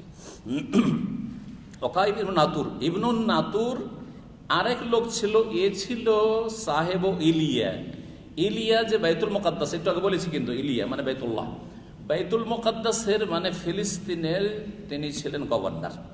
আর তার সাথে সাথে সাহেব হেরাকলের সহপাঠী, একসাথে লেখাপড়া করেছে। হেরাকল রাজা দেশের, আর ওই রাজার সহপাঠী হচ্ছে কি ইলিয়া, যে একটা স্টেট বা এলাকা বাইতুল মুকাদ্দাস, সেখানকার সে অধিপতি বা সেখানকার প্রধান গভর্নর। সে কি ছিল? উসকুফান আলা নাসারা শাম, শাম দেশের যত খ্রিস্টান তাদের বড় মহাপাদ্রী ছিল। জি হ্যাঁ, লর্ড পাদ্রী যাকে বলে। ইউহাদ্দিস, উসকুফ বলে বড় পাদ্রীকে। ইউহাদ্দিস সে বর্ণনা করছে আন্না হেরাকলা হিনা কাদেমা ইলিয়া, নিজের সহপাঠীর কথা, আর রাজার কথা বর্ণনা করছে কে? একজন গভর্নর। বলছে যে হেরাকল একবার ইলিয়া আসলেন, ইলিয়া মানে বাইতুল মুকাদ্দাসে আসলেন। আসবাহ খাবিসান নফস, সকালে একদিন উঠেছেন কিন্তু তার মন মেজাজ খুব খারাপ, খুব যেন বিচলিত অবস্থায়, খাবিসান নফস, বিচলিত অবস্থায়। ফাকালা বাজু বাতারিকাতেহি, তখন তার কিছু মন্ত্রীরা বা সদস্যরা বলল কাদ ইস্তানকার না হাই আতাকা, আপনার চেহারাটা যেন কেমন লাগছে, আপনাকে এমন বিচলিত কেন, পেরেশান কেন লাগছে? কালা ইবনুন নাতুর বলছেন ওয়াকানা হেরাকলু হাজ্জাআন, আমার সঙ্গী এই হেরাকল যে ছিল, এ ছিল গণক, একজন কি ছিল? তখনকার রাজারা অনেকে গণক হইত, জ্যোতিষী। ইয়ানজুরু ফিন নজুম, সে তারকা দেখে ভবিষ্যৎ জানার চেষ্টা করত। তারকা দেখে ভবিষ্যৎ জানার চেষ্টা করার ক্ষেত্রে অনেক ক্ষেত্রে ঠিক হয়ে যেত, যেন গণকদের 100টার মধ্যে একটা ঠিক হয়ে যায়। ফাকাল লাহুম হিনা সালুহু, যখন তারা জিজ্ঞেস করলো যে আপনি আজকে এত পেরেশান কেন, সকালে উঠেছেন কিন্তু মন মেজাজ খুব খারাপ, বিচলিত অবস্থায়, কেন এরকম? তখন হেরাকল বলেছিলেন ইন্নী রাআইতুল লাইলাতা হিনা নাযারতু ফিন নুজুম, আজকে রাত্রে যখন আমি তারকার দিকে দৃষ্টিপাত করে গভীরভাবে দেখছিলাম যে ভবিষ্যৎ কি হতে পারে, দেখলাম যে মালিক আল খেতান, খাতনা করা রাজা দেখলাম, খাতনা করা রাজাকে দেখলাম। কাদ জাহারা, সে বিজয় লাভ করেছে। সে কি করেছে? বিজয় লাভ করেছে। ফামাই ইয়াখতাতিনু মিন হাযিহিল উম্মাহ, এই উম্মতের মানে মানব জাতির মধ্যে কোন জাতি দেখো তো যে খাতনা করে? খ্রিস্টানরা কিন্তু খাতনা করে না, খ্রিস্টানরা সেই জন্য জানার প্রয়োজন হলো যে অন্যরা কারা খাতনা করে একটু খোঁজ খবর নাও। তখন লোকেরা বলল, তার যারা সংসদ সদস্য, লাইসা ইয়াখতাতেন ইল্লাল ইয়াহুদ, আমরা যতটা জানি ইহুদিরা শুধু খাতনা করে, আর কেউ খাতনা করে না। ফালা ইউহিম্মান্নাকা শানুহুম, ইহুদিরা তো মুসলিমেও মাত্র কয়টা আছে, এগুলিকে আমরা এমনি খেয়ে নেব, গ্রাস করে নেব। ইহুদির ব্যাপারে আপনি বিচলিত হবেন না, কিচ্ছু করতে পারবেন না এরা। ওয়াক্তুব ইলা মাদায়িনা মুলকিকা, আপনার রাজত্বের যতগুলি শহর রয়েছে বা যতগুলি অঞ্চল রয়েছে, বিভিন্ন অঞ্চলে আপনি চিঠি লিখে দেন। ফায়াকতুলু মান ফিহিম মিনাল ইয়াহুদ, প্রত্যেক শহরে যত ইহুদি আছে সবগুলিকে খুন করে দিন। প্রত্যেক শহরে অল্প অল্প কেটে করে ইহুদি আছে, এগুলোকে সবগুলিকে হত্যা করে দিক, শেষ, ঝামেলা শেষ হয়ে যাবে, আপনি চিন্তা করবেন না। ওরাই খাতনা করে, সুতরাং ও রাজা আমাদের ওপর বিজয় লাভ করতে পারবেন না। কিন্তু জানে না যে অন্য কোথাও আছে এই খাতনা করা রাজা। ফাবাইনাহুম আলা আমরিহিম, এইরকম অবস্থায় তারা ছিল। উতিয়া হেরাকল বিরাজুলিন, এক লোককে নিয়ে আসা হলো হেরাকল রাজার কাছে। আরসালা বিহি মালিক গাসসান, গাসসানের রাজা তার কাছে পাঠিয়েছিল। এই গাসসানের রাজা খ্রিস্টান ছিল, আরব উপদ্বীপী ছিল। কিন্তু আরবের একটা এলাকায় গাসসান ছিল, যখন খন্দকের যুদ্ধ হয় তখন এই গাসসানিরাও ঘেরাও করেছিল। তো এই গাসসানের রাজা পাঠিয়েছে ওই আরব লোকটিকে ধরে, ইউখবিরু আন খাবরে রাসূলুল্লাহ রাসূলুল্লাহ সাল্লাল্লাহু আলাইহি ওয়াসাল্লাম সম্পর্কে সে কিছু সংবাদ শোনাচ্ছিল, মানে সে ইসলাম কবুল করেছে, আর মুহাম্মদ সাল্লাল্লাহু আলাইহি ওয়াসাল্লাম সম্পর্কে সে ভালো প্রশংসামূলক কিছু বলছে, ওকে পাঠিয়ে। ফালাম্মা ইস্তাখবারাহু হেরাক লোকে জিজ্ঞাসাবাদ করে জানলো। কালা ইযহাবু, তখন বললো যে আচ্ছা যাও তো দেখো তো, ফানজুরু আমুখতাতানুন হুয়া আমলা, এই লোকটি যে মুসলিম হয়ে গেছে, লোকটাকে নিয়ে আসা হয়েছে, এটা খাতনা করা কিনা একটু চেক করো তো, চেক করো। চেক করতে বললো। ফানাজারু এলিহে, লোকটাকে চেক করে দেখলো। ফাহাদ্দাসু, তারপরে ও দরবারি লোকেরা এসে বললো, আন্নাহু মুখতাদুন, এই লোকটা তো খাতনা করা, তো আরব দেশ থেকে একে পাঠানো হয়েছে, তো খাতনা করার লোক। ওয়াসালাহু আনিল আরব, তারপরে জিজ্ঞেস করলো ওই লোকটিকে আরবদের সম্পর্কে, তুমি একাই খাতনা করেছো না আরবরা সবাই খাতনা করে? ফাকালা, তখন ওই লোকটি বলেছিল, হুম ইয়াখতানুন, আরবরা সবাই খাতনা করে, আরবরা সবাই কি করে? খাতনা করা হয়। ফাকালা হেরাক তখন বললো, হাযা মালিকু হাযিহিল উম্মাহ, এই হচ্ছে এই উম্মতের এখন রাজা। কাদ জাহারা, যে যার আবির্ভাব হয়ে গেছে, যার আবির্ভাব, জাহারা মানে আবির্ভাব হয়, আর জাহারা মানে বিজয়ী হয়, দুটোই হয়। আবির্ভাব হয়ে গেছে আর শীঘ্রই তার বিজয় হবে। সুম্মা কাতাবা হেরাকল ইলা সাহিবিল্লাহ বিরুমিয়া, তারপরে হেরাকল এই রাজা চিঠি লিখলো তার সঙ্গীকে, মানে তার সমকক্ষ সমতুল্য আর এক রাজাকে, বা সে প্রধান যিনি, যার হেডকোয়ার্টার ছিল বা রাজধানী ছিল ইটালিতে, ভাষ্যকারা লিখেছেন সেটি ছিল ইটালিতে। ইটালিতে চিঠি লিখলো। ইটালিকে তখনকার যুগে রোমিয়া বলা হইতো বা রোম বলা হইতো। এই রোমিয়াতে তিনি ছিলেন, তার কাছে চিঠি লিখলেন। ওয়াকানা নাযিরু ফিল ইলম, জ্ঞানের দিক থেকে একই পর্যায়ের দুইজনে ছিলেন, একই পর্যায়ে। হেরাকলে যেমন জ্ঞান রাখতেন খ্রিস্টান ধর্ম সম্পর্কে, তেমনি জ্ঞান রাখতেন এই লোক, যার নাম ভাষ্যকারগণ সহিহ বুখারীর শারহাতে লিখেছেন দাগাতির, তার নাম ছিল কি? দাগাতির। এই দাগাতির কাছে চিঠি লিখে জানালেন যে মক্কায় আরব দেশে একজন নবীর আবির্ভাব হয়েছে। ওয়াসারা হেরাকল ইলা হিমস ফালাম ইয়ারিম হিমস হাত্তা আতাহু কিতাবুন মিন সাহিবিহি ইউআফিকু রায়া হেরাকল আলা খুরুজিন নবী সাল্লাল্লাহু আলাইহি ওয়া আন্নাহু নবিয়্যুন। এই জাগাতির যে ইটালিতে থাকতো, তার কাছে চিঠি লিখে পরামর্শ চাইলেন যে কি করা যায়। এরকম আমার কাছে ইসলামের দাওয়াত দিয়ে একটা চিঠি এসছে, আর তাতে আমাকে দাওয়াত দিয়েছে, আহ্বান করেছে যে আপনি মুসলিম হয়ে যান, সহি সালামত থাকবেন। এই চিঠি সম্পর্কে আপনাকে জানাচ্ছি, পরামর্শ চাইছি, আপনার মতামত কি বলেন, আপনার মতামত কি বলেন। এটা শোনার পরে ওই জাগাতির যে ইটালির প্রধান ছিলেন, উনি ইসলাম গ্রহণ করলেন। এই জাগাতির ইসলাম গ্রহণ করেছিল। ইসলাম গ্রহণ যখন করা জানতে পারলো জনগণ সেখানকার আর তার সংসদ সদস্যরা, তখন তাকে সাথে সাথে হত্যা করে দিল। তাকে কি করলো? হত্যা করে দিল। এই খবর পৌঁছে গেল কার কাছে? হেরাকলের কাছে, যে ও মুসলমান হয় কি হয়েছে, ওকে খুন করে দেওয়া হয়েছে। তখন আতঙ্কে চলে আসে, ভয় পেয়ে গেলেন যে না, কথা তো সত্যি, মুহাম্মদ তো নবী, কিন্তু সম্ভব না, এটা সম্ভব নাই। রাজত্ব হারাবো আর জানও হারাবো, জানও যাবে আর রাজত্ব যাবে, সব যাবে, সুতরাং এই কাজ আমি করতে পারবো না। আল্লাহু আকবার। কিভাবে মানুষ হেদায়েত থেকে বঞ্চিত থাকে। বলছেন ফালাম ইয়ারম হেমস, হেমস থেকে তিনি প্রস্থান করেননি, ইয়ারম মানে প্রস্থান করা, ডিপার্চার। হাত্তা আতাহু কিতাবুন সাবিত, তার সঙ্গী যে ওই জাগাতের ইটালির, তার কাছ থেকে একটা চিঠি আসলো। সেই চিঠিতে তিনি লিখে পাঠালেন ইউআফিক রায়া হেরাকল আলা খুরুজিন নবী সাল্লাল্লাহু আলাইহি ওয়াসাল্লাম, হেরাকলের যে মত যে ইনি সত্য নবী, তিনিও বললেন যে হ্যাঁ ইনি হচ্ছেন সত্য নবী, শেষ নবীর আবির্ভাব হয়ে গেছে। ও আন্নাহু নবিয়্যুন, আর তিনি নবী, আমি বিশ্বাস করি, আমি মুসলিম হয়ে গেছি, লিখে দিয়েছে আমি মুসলিম হয়ে গেছি। ফাআযানা হেরাকলে ওজামাই রুম, তখন চিন্তা করলো যে দেখি ও যখন মুসলমান হয়ে গেল ইটালি থেকে, তো আমি এই সামদেশে এখানে কেন বসে থাকবো, আমিও মুসলিম হয়ে যাই। তখন সে একটা মিটিং ডাকলো, তার যত সভাসদরা ছিল সবাইকে ডাকলো, হাজির করলো, মন্ত্রী মিনিস্টার সবকে হাজির করলো। কোন জায়গায় বলছে ফি দাসকারাতিন লাহু বিহেমস, হেমসে যে তার সংসদ ছিল সেখানে, দাসকারা মানে তার যেটা দরবার, সেই দরবারে বা তার প্যালেসে। সুম্মা আমারা আবুয়া বিহাফা গুল্লেখা, তারপরে দরজাগুলি সবগুলি বন্ধ করে দিতে বললো, কারণ দরজা যদি খোলা থাকে তো বাইরে থেকে সমর্থক এসে আবার কোনো রকমের আক্রমণ করতে পারে তাদের, সুতরাং দরজা বন্ধ থাকে, বাইরে থেকে কেউ হইচই আর করতে পারবে না, অন্য কোনো লোক ঢুকতে পারবে না।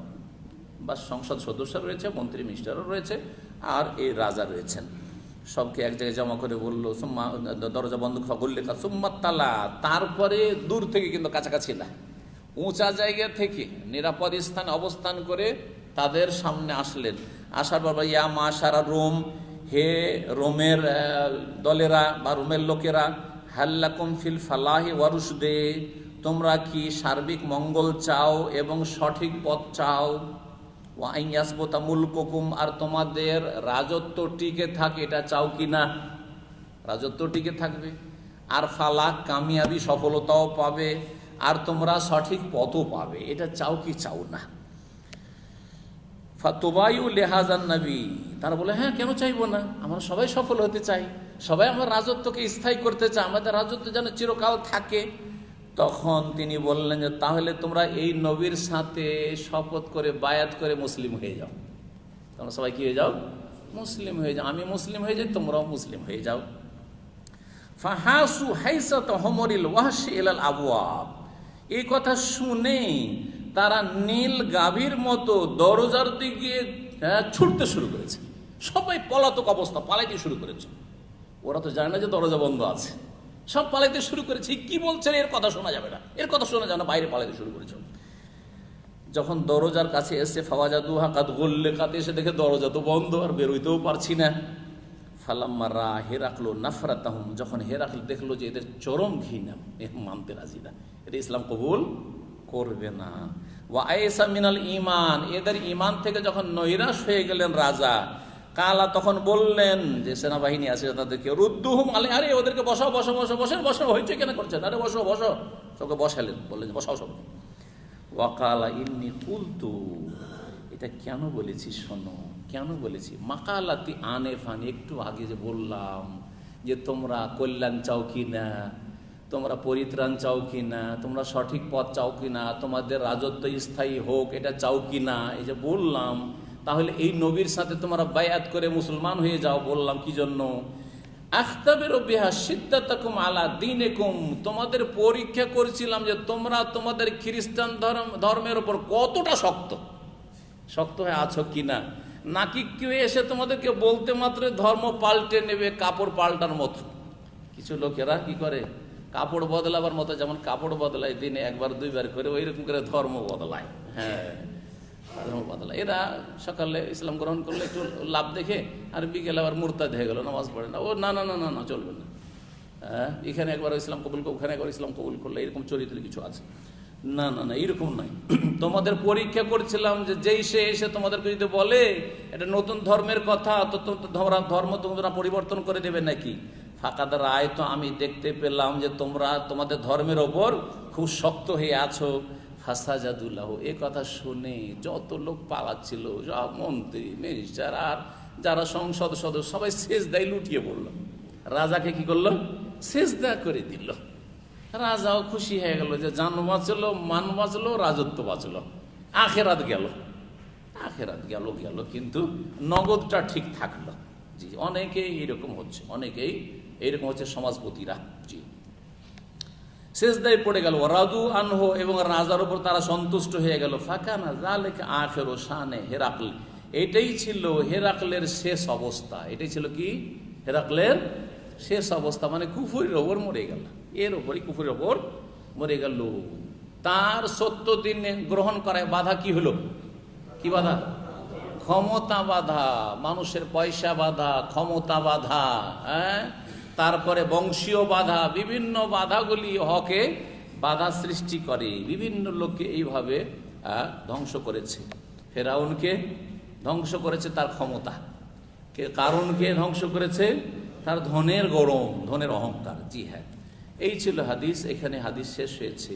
একটি কথা বলে শেষ করবো আজকের আলোচনা, সেটা হচ্ছে ইমাম বুখারী রাহিমাহুল্লাহ এই হাদিসটি নিয়ে আসলেন ওহীর সূচনায় সহিহ বুখারীর প্রথম যে পর্ব তার শেষ হাদিস হিসাবে।